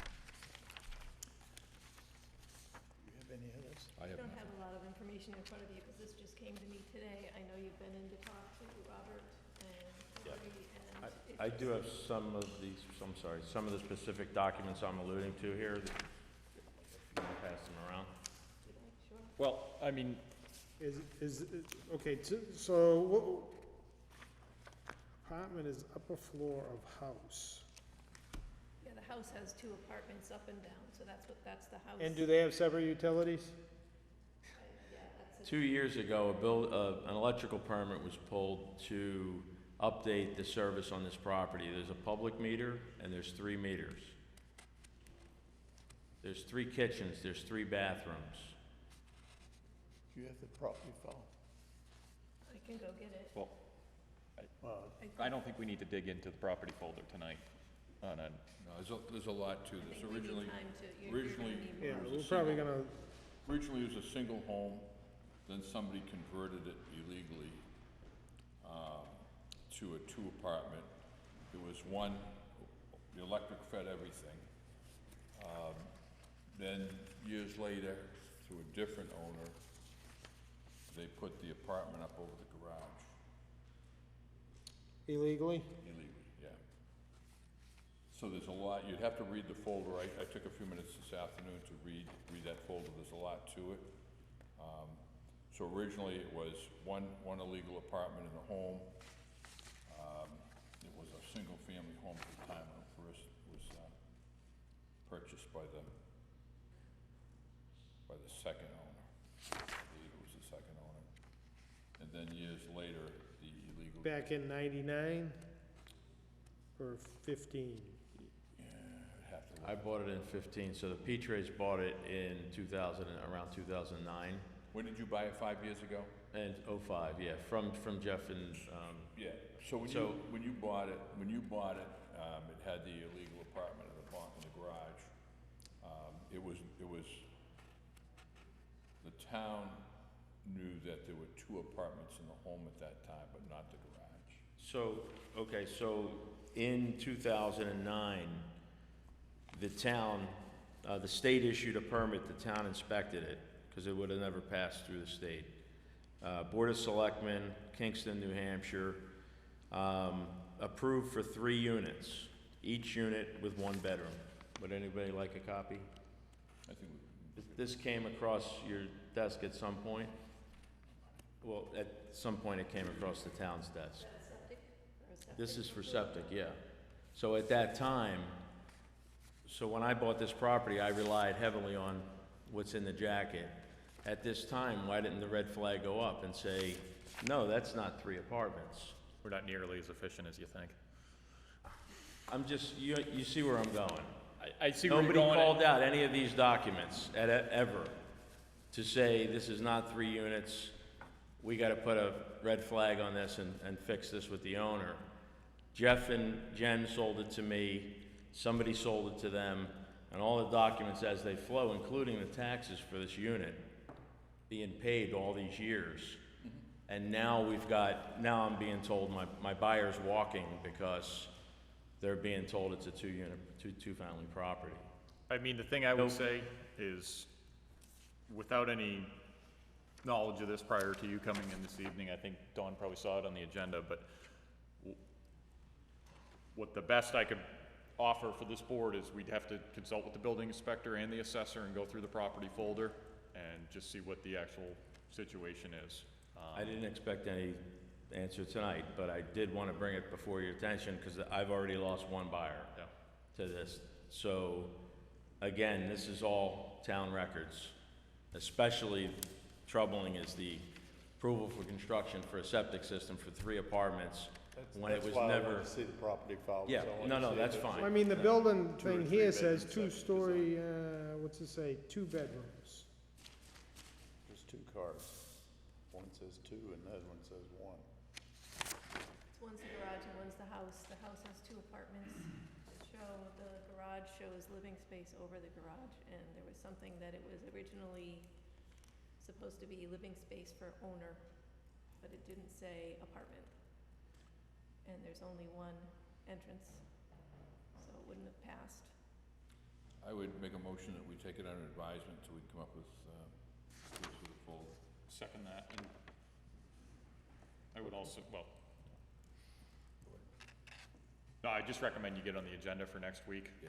Okay, so that we can actually okay. dedicate some It's- time to review it with you. As you know, it's quite a bit in a folder, and you really have to follow it through like apparently you have as well. Okay. Yeah. All right, thank you.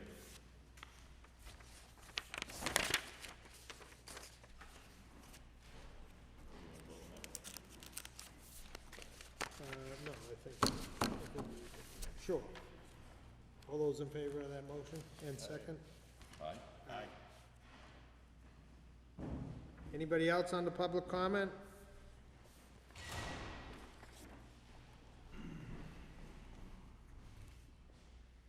Yes, ma'am.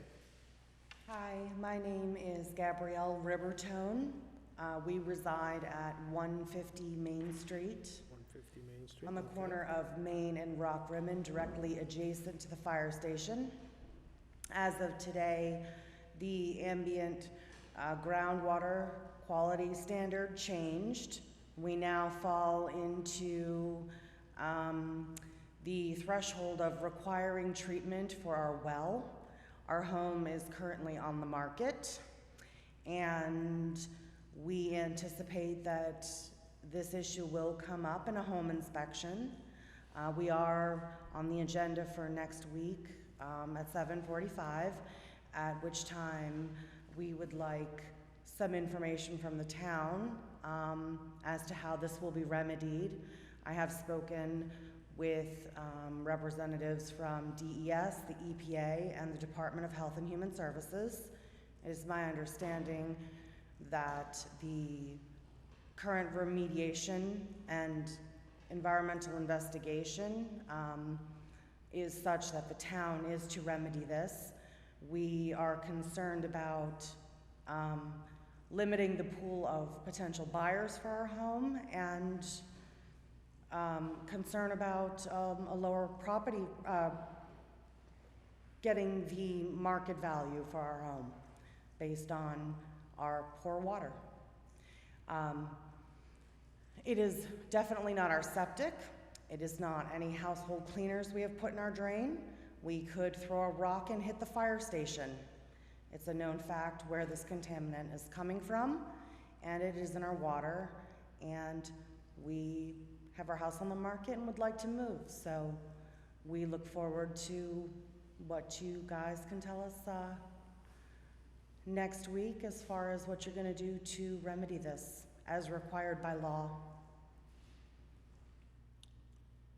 So you have a night for next Monday night, you have a time for next Monday night, right? Yes, 7:45. I'd recommend that we have Stantec here as well. Because they're testing. They were at our house on Friday, and it was confirmed that they are currently retesting homes that now fall into the threshold for the law that went into effect today. Well, they're actually retesting as part of our agreed-to schedule with the DES. The change in the standard has nothing to do with the retesting. We submitted a plan to the DES, and essentially, this is the last round of testing that we have to do. It's not because of any change in standards at the state level, but I'm just letting you know. Okay, well, regardless, we're now in a position where we require treatment of our well water. Our house is on the market, and we don't want to delay the sale or take the hit from a buyer who says they're not going to purchase our home for any reason other than the fact that the well water is contaminated. So we'll see you next week. Okay, Thank you very much. thank you. Do we want to have Stantec here next week as well? And they're doing the testing, and I mean, they spoke with her. short of giving us the results of the test, I mean, Dave's kind of gone over But you won't that ad have, nauseum with us. you probably won't have the latest results for 3 to 6 months.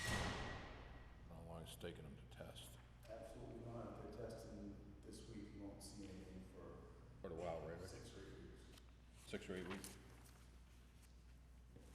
I talked to him today, he said the prior testing for that house were kind of up and down, but they were always under the prior limit.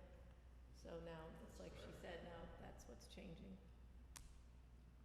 Well, the limits were substantially reduced. Yes.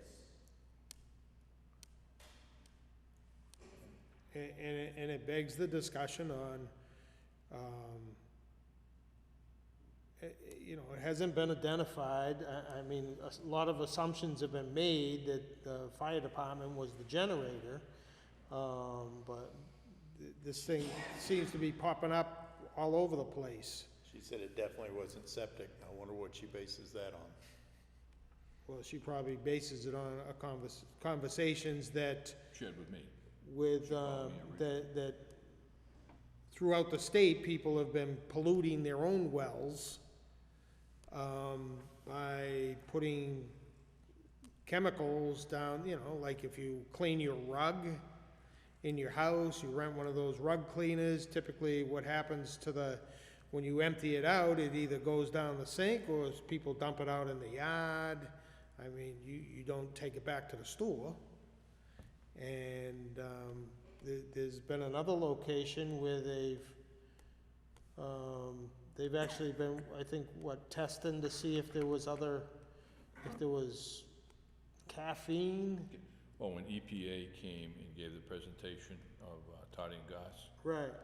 we had a discussion on how would you test a septic system to see if that was traveling to the well. And I think was it Jim Brown that said that you would test for caffeine and I think sugars, right? Was that it? Sugars, makeup, Artificial sweeteners several things. and caffeine. Caffeine. That's what he would suggest. So maybe, I mean, you could ask that, I don't know if that's something Stantec could test for, where they've just, So you brought it up to him 3 months ago, you get no response from him, no results. Can't hear you, Rich.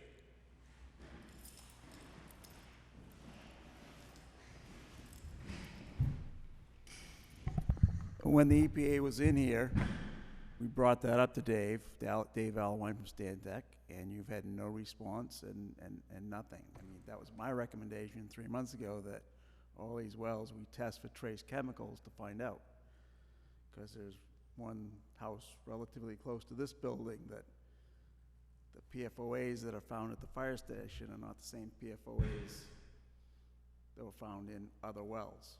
So how can that be? How can it be from the fire department when they're not the same chemicals? PFOA is a large group of chemicals. I don't know how many are in that list now. Dozens at least. I think there's more than 36. I think they're adding to that every day. But if you look at the test results, the high markers that they found at the fire station are not the same high markers that they found at some of these other houses. And that's been my problem from for the last year.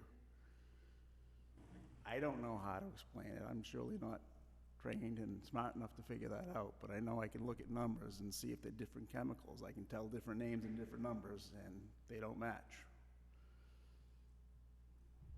Personally, I'm not so sure you get the right guy working for you, but that's my opinion.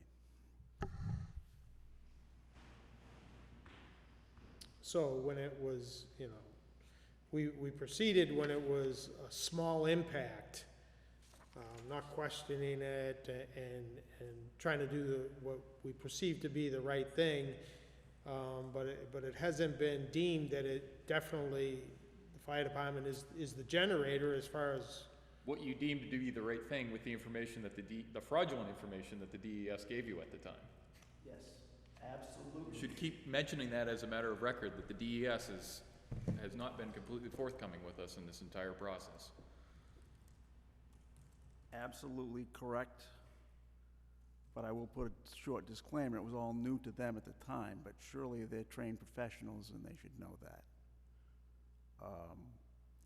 The EPA surely knew it, and they're in constant touch with the EPA on this issue. The EPA for years has been looking at trace chemicals to prove that it isn't from the contaminated site that the EPA is cleaning up, it's from their own septic systems. Now, this is not new to the EPA. For some reason, it's new to the Department of Environmental Services for the state of New Hampshire. Maybe we need new managers out there.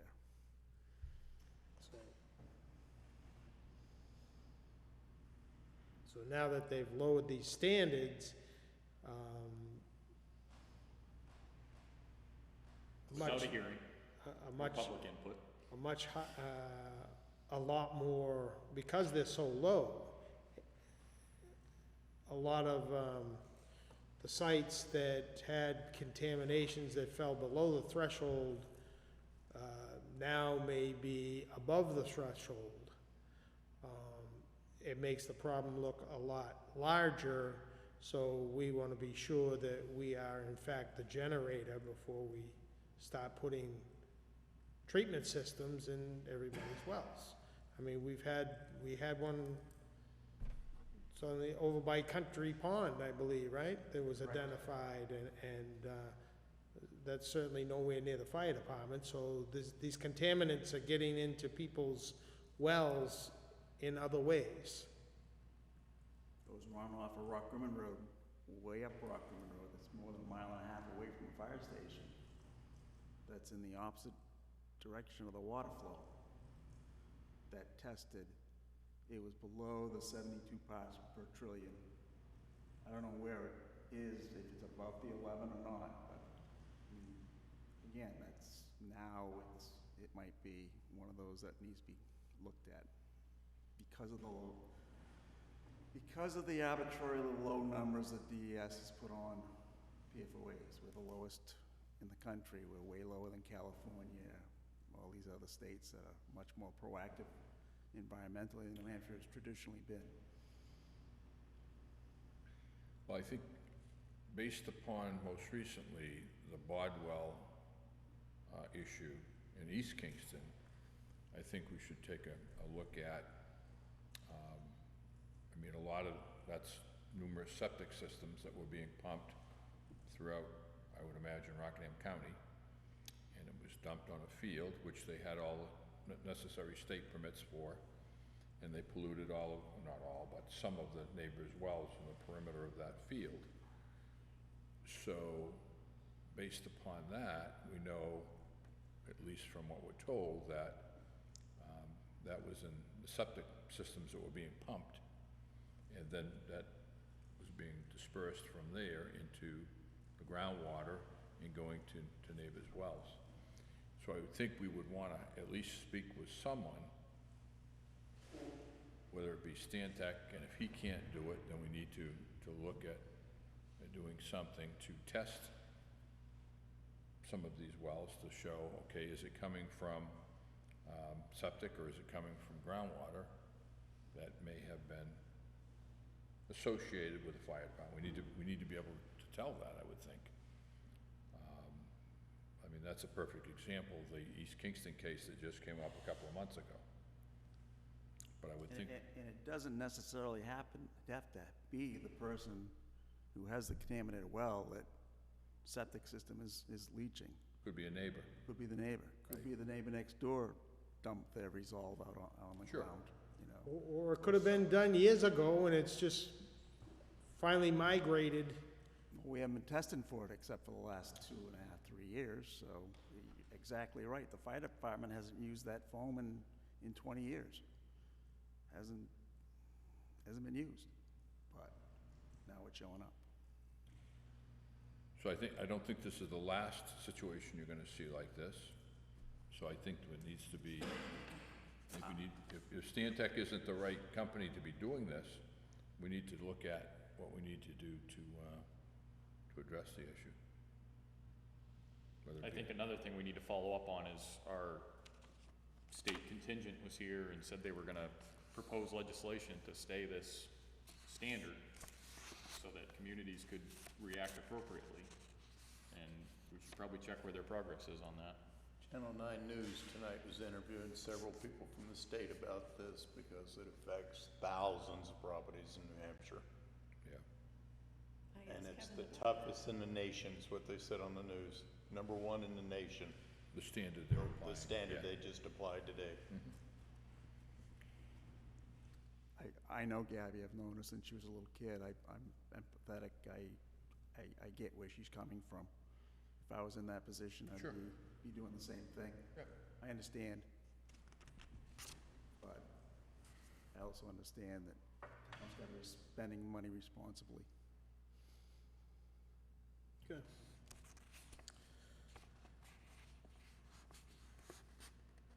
Do we want to invite Stantec to the next meeting? Or? Well, I think he's our, isn't he our representative to the whole problem here? Isn't that why he was hired to generate a plan for the town of Kingston, right? Didn't he generate a plan for us?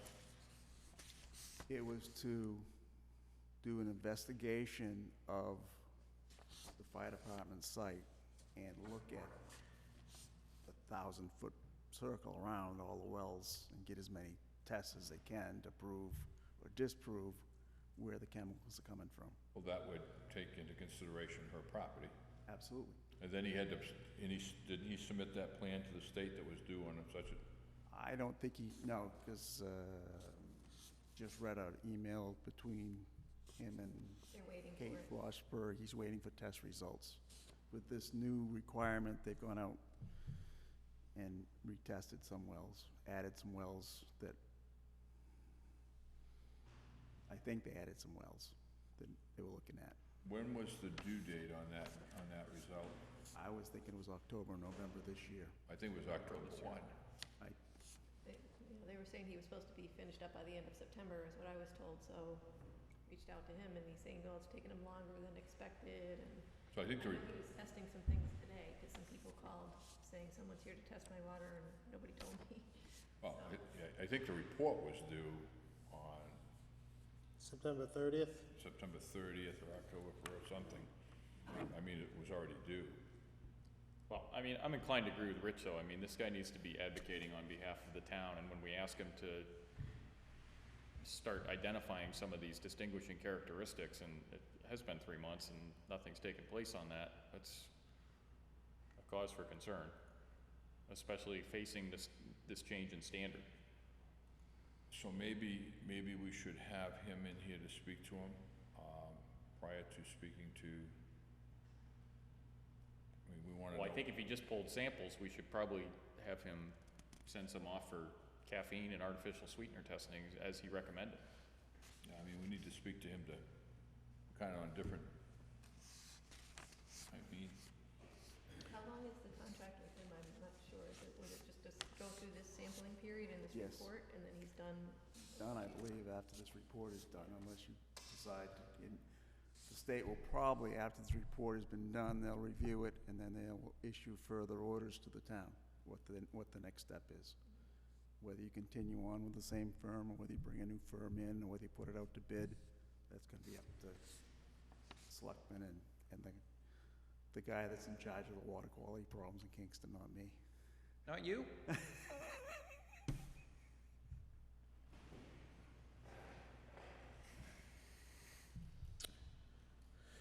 Okay. Insurance recovery, environmental liabilities, since we're speaking about that. Cindy had sent us some information back. I think it was to retain this company to look into our potential coverages back when this, I can go back into your old insurance and see if you had coverage for environmental, yeah, I don't understand the whole thing, but if you wanted to look at it, she gave you this information to find out if you wanted to pursue that. and it was basically on a contingency basis? I'd have to read this.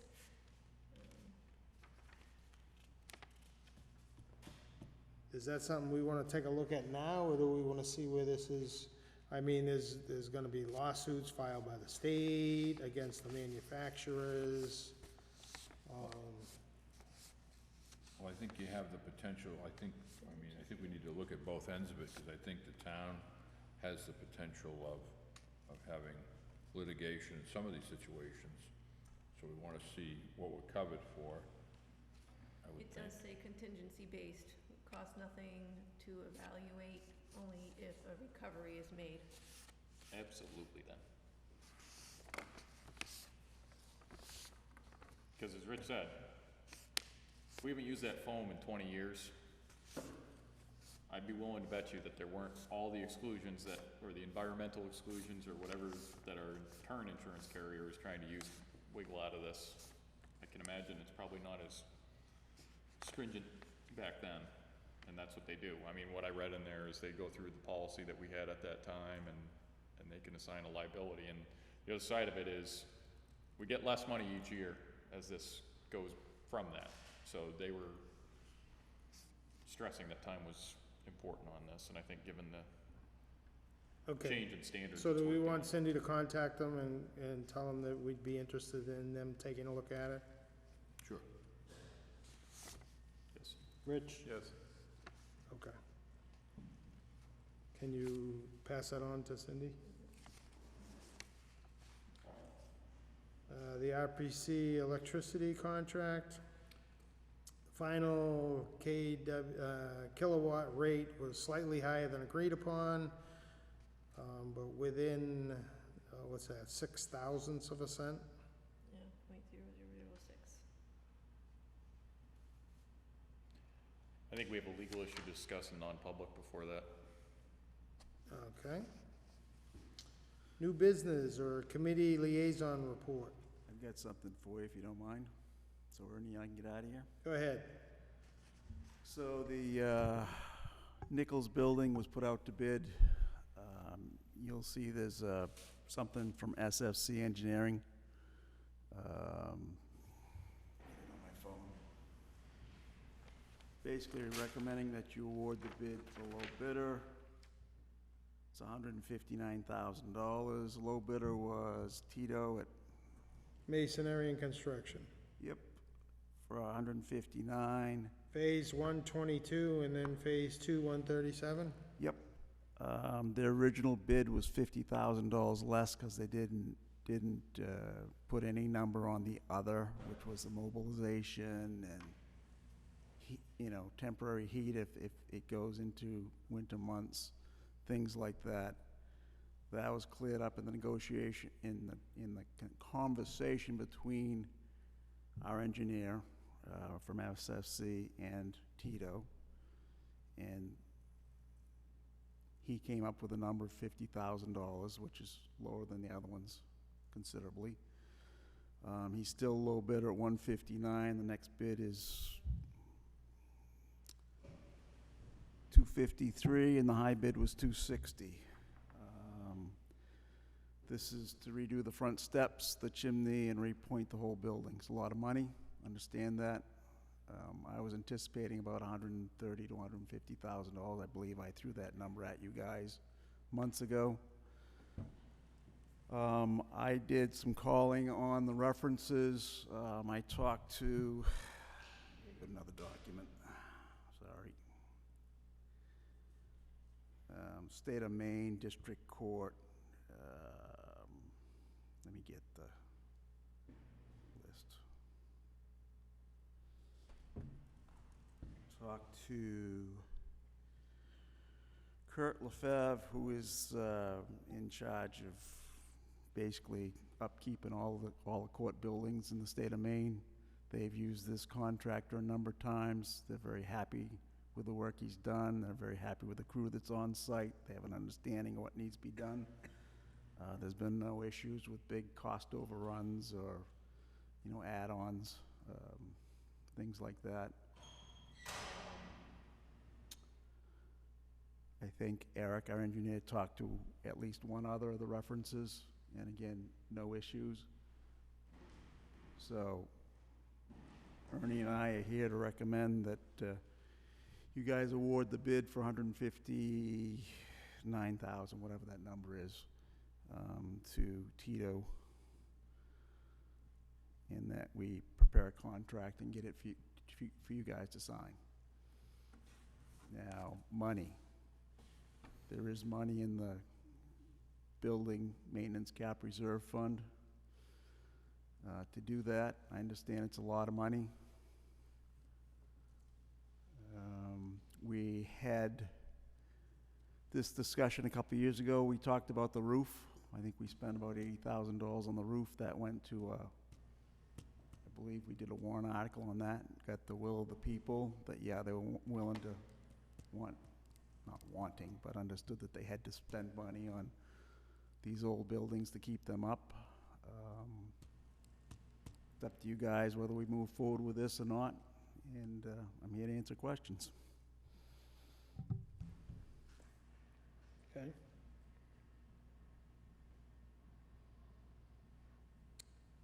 Is that take care of all the issues at the library if this is done? No. Just like I said when we did the roof, there's gonna be a lot more things. There's stained glass windows that need to be addressed. Ernie, you wanna step to the mic? Because I don't remember the number. Seems it was like $32,000 to look at and repair all the stained glass windows. Does that sound right? $32,000 for the stained glass windows? I think it was 20-something, maybe 25, Okay. or somewhere there around there, 25 or 30 stained glass windows, and then the double hungs if we decide to do those as a town. And those are another, I think, 22,000, 20,000. So it's an old building. It's hasn't had anything done to it that I know of in the last 30 years, maybe longer. It is a town building. We took it over from the library trustees, and we told them that we'd be maintaining it, and this is all part of it.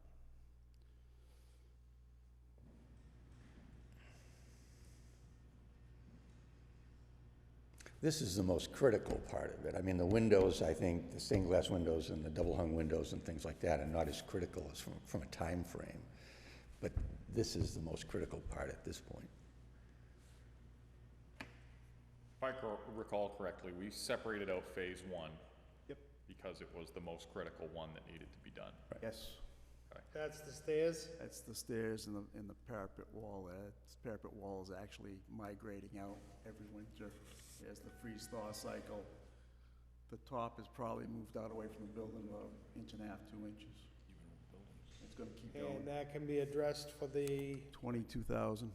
22,000? I guess my personal feeling on it is that's a maintenance issue that's critical and should take place before the snow flies. And it's an amount that I think would fall into the maintenance category. But I really have a hard time spending $140,000 after we already came to the people and asked them to spend $80,000 for the roof. And I think our building should be maintained, but I think people should also be aware of the cost of having nice things. And I think it should, phase two, I feel should go to a warrant article.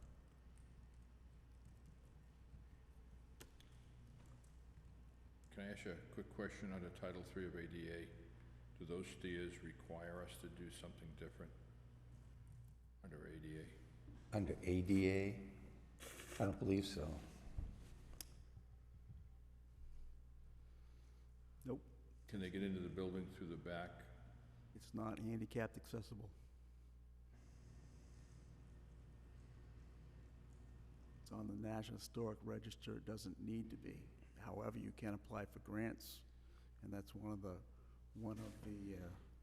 stipulations, but you wouldn't put anything on the front of the building anyways, Don. It'd be in the back section where the existing stairwell to go to the basement, you'd put some sort of a lift there and some sort of a shaft. I would think. That's an architect. You'd spend $25,000 for an architect just to come up with a design.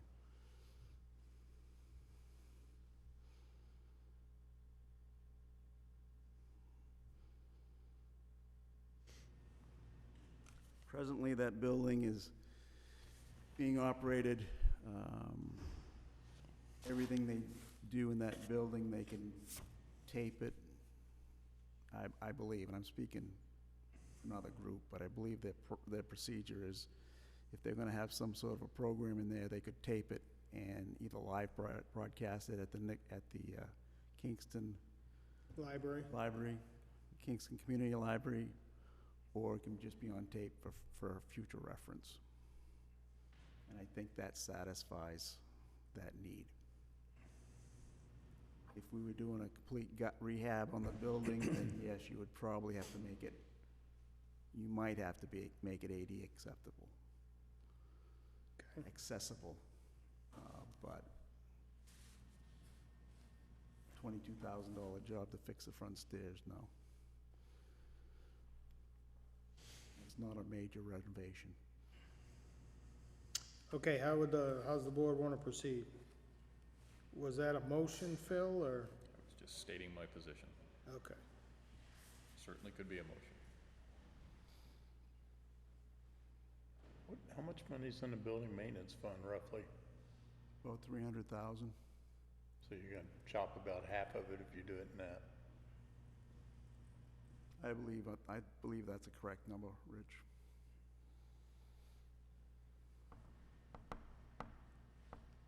I mean, I kind of see that side of it as that fund was set up for this type of situation. More for an emergency, though, than a planned repair, I guess. But That was the idea of it originally. It definitely was, for unanticipated expenses that weren't budgeted ahead of time. right. This is in the capital gains expenditure, right? I think I saw it in there. Capital improvements plan, yes. Capital improvement. I just resubmitted that and I adjusted the numbers.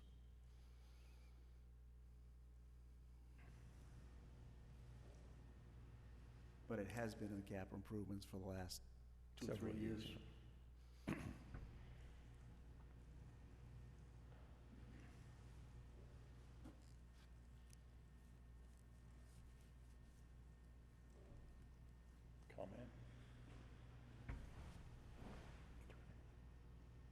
I'll be honest with you, I was one of those people that spoke about the roof, that I thought we should let the voters have their say, and I lean that way right now. Can ask the question if, I don't know if you can award, I don't know how you would award half the contract though, half the bid. I thought that's why we broke it into phases. I suppose. Well, I guess the first thing would ask them if they were willing to do part and wait on the other part for town vote.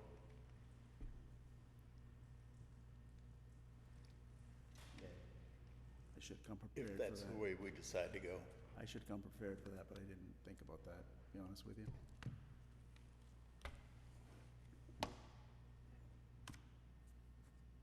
I guess I don't have an issue either way. They're spending the money now and taking it out of building maintenance and putting it on a warrant article. You don't have to put it on the warrant article to actually raise and appropriate any money, just looking for authorization to spend the money that's already existing. So it's a zero funding issue. The money has already been put aside. If that's what you want to do, you could do it either way. You could either raise and appropriate the additional $130,000, or you can write the warrant article to authorize the selectmen to withdraw the money from the existing cap reserve fund. It's not necessary. You can do that automatically, because that's the way that warrant article was set up, so that you don't need a town meeting to take care of emergency situations or unanticipated. Don?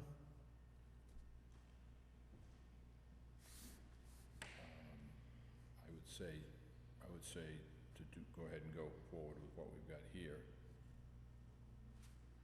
And then any other stuff that needs to be done to the building that we look at.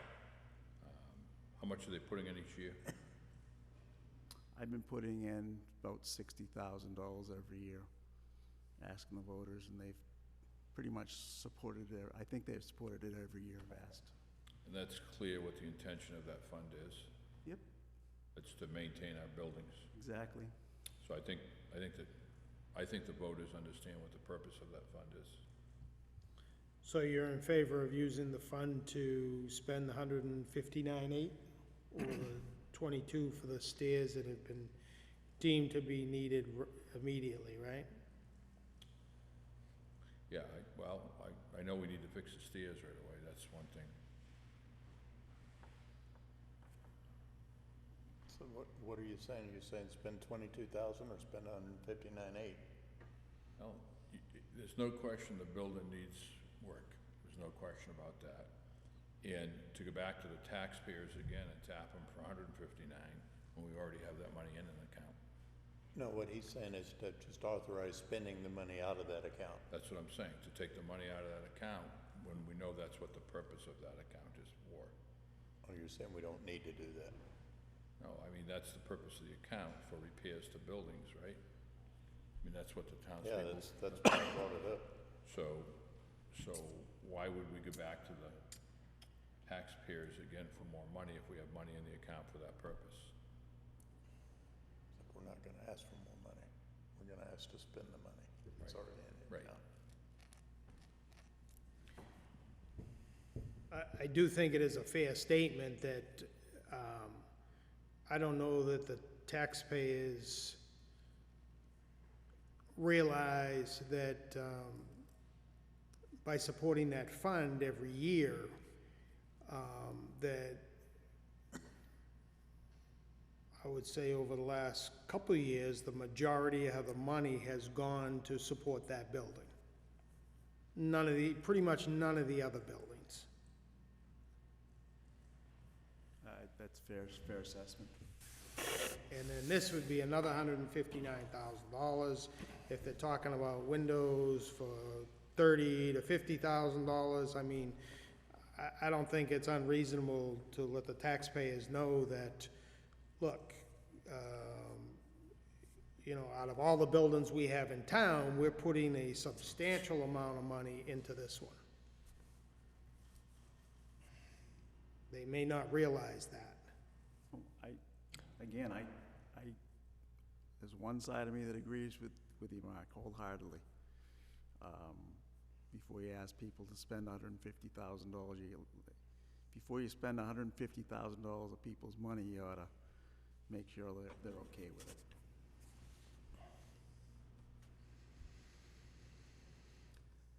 If I was talking about replacing the furnaces at the police station for $26,000 because now it's time to do it, then I don't think I would quite feel the same way, because I consider that a minor expense.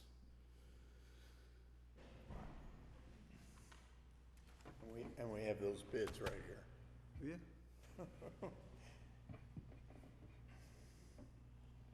Well, I think how I feel about it is that we should ask the contractor if they would break down the two expenses, do the 22,000 right away, then we're gonna go to town vote with the other part of it, see if they're okay with that.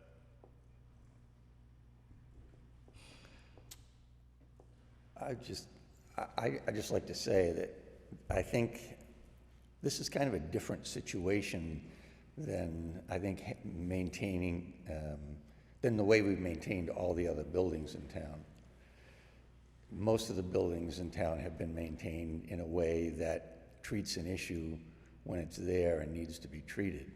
In this case, we have a town building that hasn't really been maintained the way it needed to be maintained for the last 30 or 40 years. And so it's a little bit different. It's like, you know, maintaining your house by painting it every 4 or 5 years and doing the things you need to do versus not doing a darn thing to your house for 25 years and then it comes into a state of disrepair. I mean, it just to me seems to be different the way things have been done with respect to that building. And it's, you know, it's just the way it was. But it is different, and I think it's almost like having to play catch-up to get that building in decent shape, and then from then on, just maintaining it the way we do all of the buildings, so that we don't wind up with this kind of an expense later on. Deb? Debbie Powers, Heritage Commission. You're gonna have to come up to the microphone, Deb. Debbie Powers, Heritage Commission. I agree totally with Ernie, but of course I understand your constraints, and I think that the approach is at least reasonable, that we do what's critical, which is the stairs. And then, and if you decide not to do the whole project, would it be a selectmen's warrant article to go in to request for the rest? It kind of makes sense. It's your fund to expend from. And if you wanted to go forth and ask, would it be a selectmen's warrant article, do you think? I'm just putting that out, that it would make sense. I certainly wouldn't be opposed to a selectmen's warrant article. Because, you know, I believe that you all, I've heard it through the past many months, that you do support what is going on in keeping these buildings. But then again, you have the concern that, you know, you hear from us as a select group, and that you want to go out. So I understand that. But you keep on going back to this cost of the stained glass windows, and I just wanted to put this in your head. We have had many conversations about this and the high costs. There's an arts grant out there that we could get some money, and we also have been bantering around kind of a sponsorship program for those windows, if someone wanted to have a window in their name or something like that. So for that part, you know, we're trying to alleviate the cost away from the town for, you know, it won't work for the double hung windows, but for the stained glass part, which I think a lot of people think could be extravagant. So I just wanted to let you know that we realize that. So, and, you know, these things do need to get done. I think we do get support from the town. It would make everything easier if you did approve it all, but I think we can understand with this amount of money. And I'm not opposed to the, I think it's important that we maintain the buildings, but on the other hand, I don't think people realize that it wouldn't be that hard to spend $500,000 on that building. Between what we've talked about in the basement, the $80,000 for the roof, the repointing of the building, you know, and I don't think people have any idea that could be the potential impact. And I think they need to know that. I mean, to spend, you know, with the modern buildings we have now, you'd be hard pressed to spend $500,000 on them. And I think people, I mean, you know, it's, you know, people, oh, I put a roof on my house, what do you mean, for $15,000? Why is it $80,000? So, you know, they recognize what affects them and in their lives, and when they do things, yeah, I spent, you know, I had my chimney repointed and it was $2,000. We're talking about repointing a building for $137,000. So, you know, I don't think they think in those terms. And I do, you know, that fund has been in place, and it originally was designed to address emergencies, things that all of a sudden, and I think what started it was the town hall, the roof blew out one time. And we didn't have the money. I think it was actually the sprinkler system, because the fire marshal closed the upstairs. Is that what it was? Didn't have I money. knew it was something to do with the Didn't have town a hall. fund. And it was like, oh, wait a minute, you know, if there's an emergency, that if we're forced to do something and it's been outside of the budget process, and what can we do to try to cushion that? And that's why that fund was developed, and, you know, honestly, on stuff we knew that needed to be done, we typically would budget for, but I can't think of too many projects that is $100,000, $200,000 at a whack. And, I mean, so I don't think it's a bad thing to say to the people, hey, look, you guys have already supported us by giving us each year money to, you know, maintain and improve our buildings. There's this amount of money in there. This building really requires this. We just want to make sure you're okay with that. And I don't think that's a bad thing. But at least they know, you know, when it's like, what did we spend $150,000 on? They already know the answer. It's not a surprise to them. You know, and I think people in general will do the right thing. Well, realistically, the steps are the only thing that are gonna get done this year anyways. And it's gonna be struggle to get them in before freeze up without having to do temporary heat. The rest of the work is gonna be next spring anyways. So I don't think it's just a matter of somehow finagling the contract, so we're only authorizing the first phase, and the second phase contingent upon approval of voters at town meeting. Raising the money, Yeah, and it can be all one contract.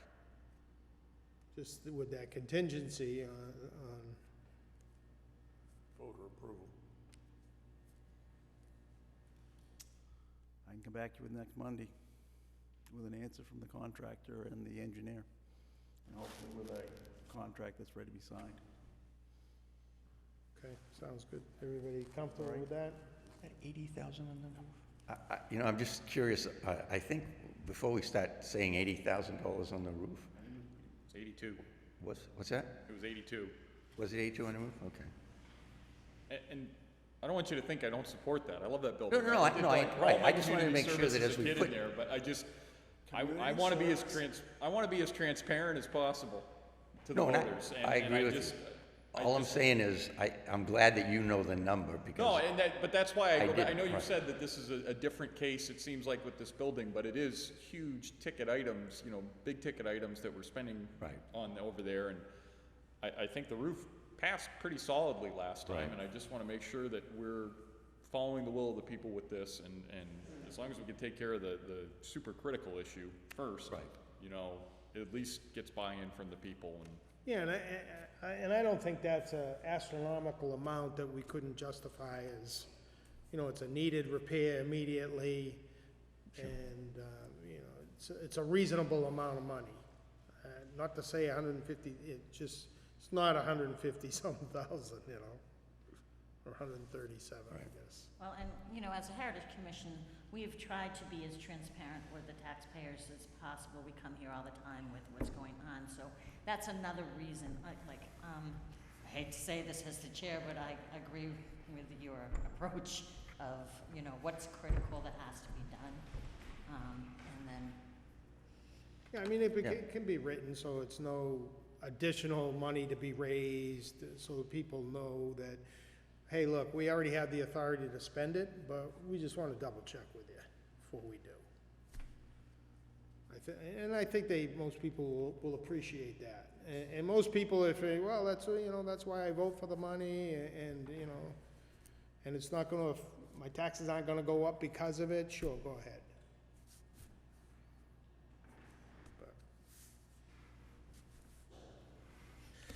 All right, Rich, so you'll work on that with the, Hopefully have an answer next Monday night. Second item, I got Mark to sign the stormwater, stormwater plan, management plan. stormwater management plan, thank you. It was late getting done. It's a document that's been discussed with the Seacoast Stormwater Coalition. We actually belong to two different groups. You've got the Merrimack River watershed, and you've got the Piscataqua River watershed, which, you know, the center of town, the town hall, if the raindrops fall off that side, it goes towards the Merrimack River. If raindrops drop on this side of the town hall, it goes to the Piscataqua. So we've got two different stormwater groups, and Seacoast has been the most vocal. It's more of a New Hampshire group, and they've bound together and came up with a template. This is what we're going to submit to the EPA. It's been looked at by the state, and the state's agreeing with us how we're submitting it, and every town in the Seacoast is basically submitting the same. I think all of them are submitting the same template. Makes it easy for all of us to look at each other, what we're doing. But I had to have that signed so it could be sent out today, because deadline is at midnight. My apologies. I was out the last 2 weeks, so it didn't get done. So that's why it happened that way. Pretty mundane document. It's just basic boilerplate. This is where we are. This is what we've done this year. This is what we're going to do next year. Yes, we're on task. This is a five-year process till we're finally where we need to be as far as the EPA is concerned, and you know, it's moving forward. Any questions? You want to look at it and get your copies of it. Third thing is capital improvements plan. I submitted that late. Thank you. I moved some numbers around. One of the big things I'll be looking for support at town meeting, and this is really a budget issue, but I want to replace the old fire truck that building maintenance been running around, the 1990 Chevy 1-ton. I want to replace that with a new vehicle. Any questions, we can have this discussion offline, but I think it's time to put Tom in a decent vehicle that he can drive to Concord back and forth for water tests and all that stuff. Also going to recommend that we go with a four-wheel drive with a plow. He's using his own vehicle. Don't think that's right. And that way building maintenance takes care of the buildings. If we're out putting sand and salt on the roads, and you don't want sand and salt here at the town hall because you don't want to be tracking the sand in on all the carpets and whatnot, then they can just go load up with salt and salt the building and keep up with it. That's one of the excuses. It's been since 1990. I think that was when you bought the Dodge pickup truck with Alan. That's the last new vehicle we had for that department. We've been running relics since then, stuff that came from Safeway. We've got a fairly decent van from military surplus through Dawn, that white Chevy. But to be honest with you, we had to weld the frame up on that to keep it going. And the state police wouldn't take it because it was too rusty for them, so. We're utilizing it, but we don't have a decent vehicle for the building maintenance crew. So, my recommendation, I'm gonna guess it's gonna be right around $50,000 to $54,000 for a F-350 with a 9-foot plow, little electric sander on the back, and a Reading body on the back. So I haven't priced it out, but just so you know, that's what's coming. Be looking for your support. Now, you're thinking of putting in a separate article for that, or just under your equipment, your normal equipment line? So I'm thinking about a separate warrant article, Mark, because I'm not putting enough in to take care of building maintenance and highway department. That was originally done for the highway department to replace the trucks. And I'll look at that. I'll look at that a little harder before I come to you with funding. But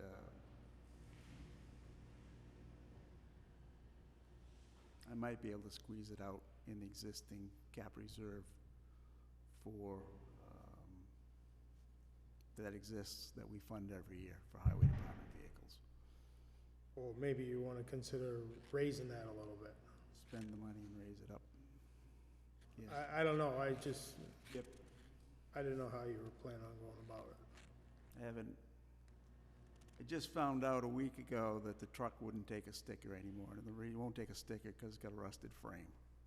The gas tank's fallen out of it because it's not the straps that are rusted, it's the frame that's rusted that holds the straps in place. So, you know, and then you look at the front end, the A-frames, upper and lower A-frames on the front Yeah, I end. mean, we got our money worth out of that vehicle. It was a forestry truck, and then we took it into the highway department and utilized it, right? And We get 10 years out of it after. yeah, it doesn't owe us anything. Okay, that's it. Thank you.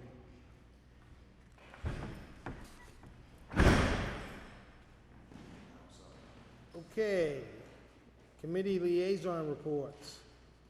Anything? No, we could have these if you want to. Okay, well, let me get Mr. Russman, possibly under the public comment section. Would you like to speak to the board, Mr. Russman? Well, I probably should be in non-public session, because the land you guys bought or buying with Howards and stuff. Okay.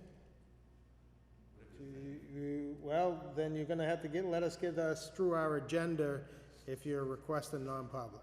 Okay, well, I'm We're pretty close. well, great, well, and I'll be brief anyway, it's not. Okay. What's late, and I know everyone's at home, so do I, so I'll be brief.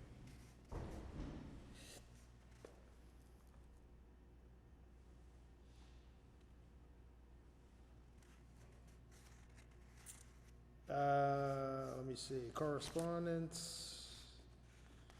We took action on the Flaherty thing, right, on the bond.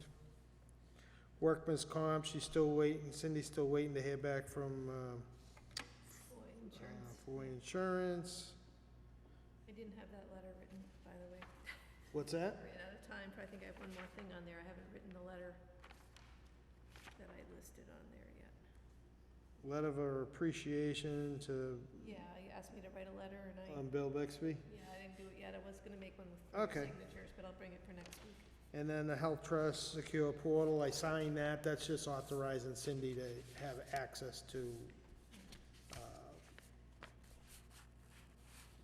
every year, I have to renew her as the primary contact for Health Trust and give her access. How about a motion on the minutes?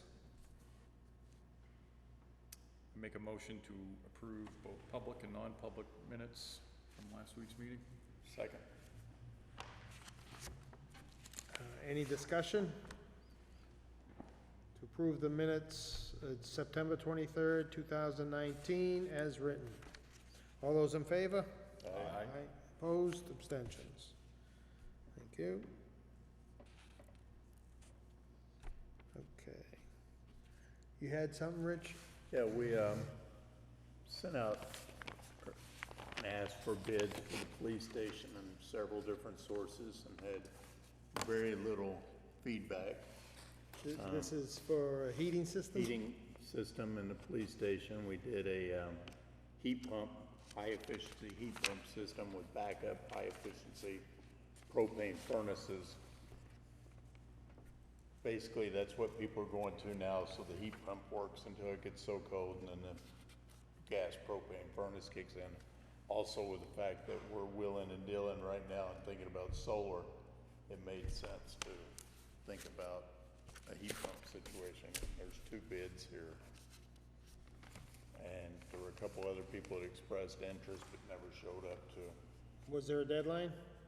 No deadline was posted, but we've been going for over a month. And I've called several people that have, I had 2 other people interested that never showed up to do a walkthrough or call back or anything. So do you wanna open them or do you Sure. wanna? You're gonna open it.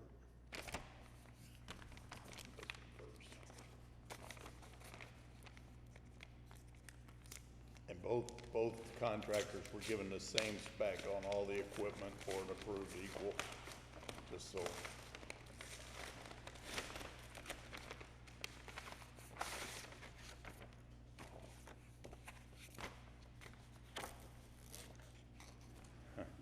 This is from Mass Mechanical Company, Inc. $41,500. Might take a little time to go through the spec, but That's a long ways from the 26 Rich was talking about. I think it's in the budget at 40,000. This company is out of Bedford, New Hampshire. This is from East North Atlantic. And this one is, if you combine the two, 41,250.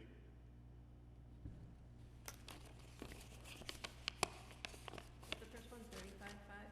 Hmm? The first And one? I get 41.5. 41,500 and 41,250. And I'd have to go through them and compare them to what, Okay. see if they both have everything in their time frame. Looks like they did not use an alternative on the equipment So, specs. a motion, how about a motion for Rich to go through the contracts and Come back Monday.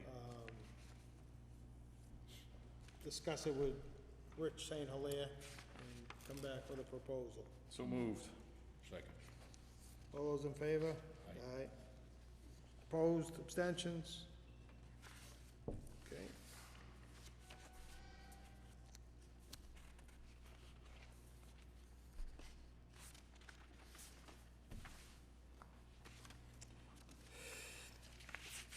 All right.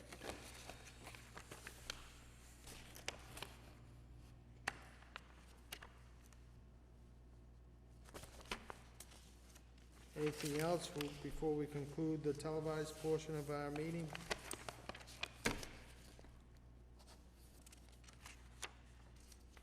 Hearing nothing. That'll conclude the televised portion of our meeting. Thank you for watching and have a good night.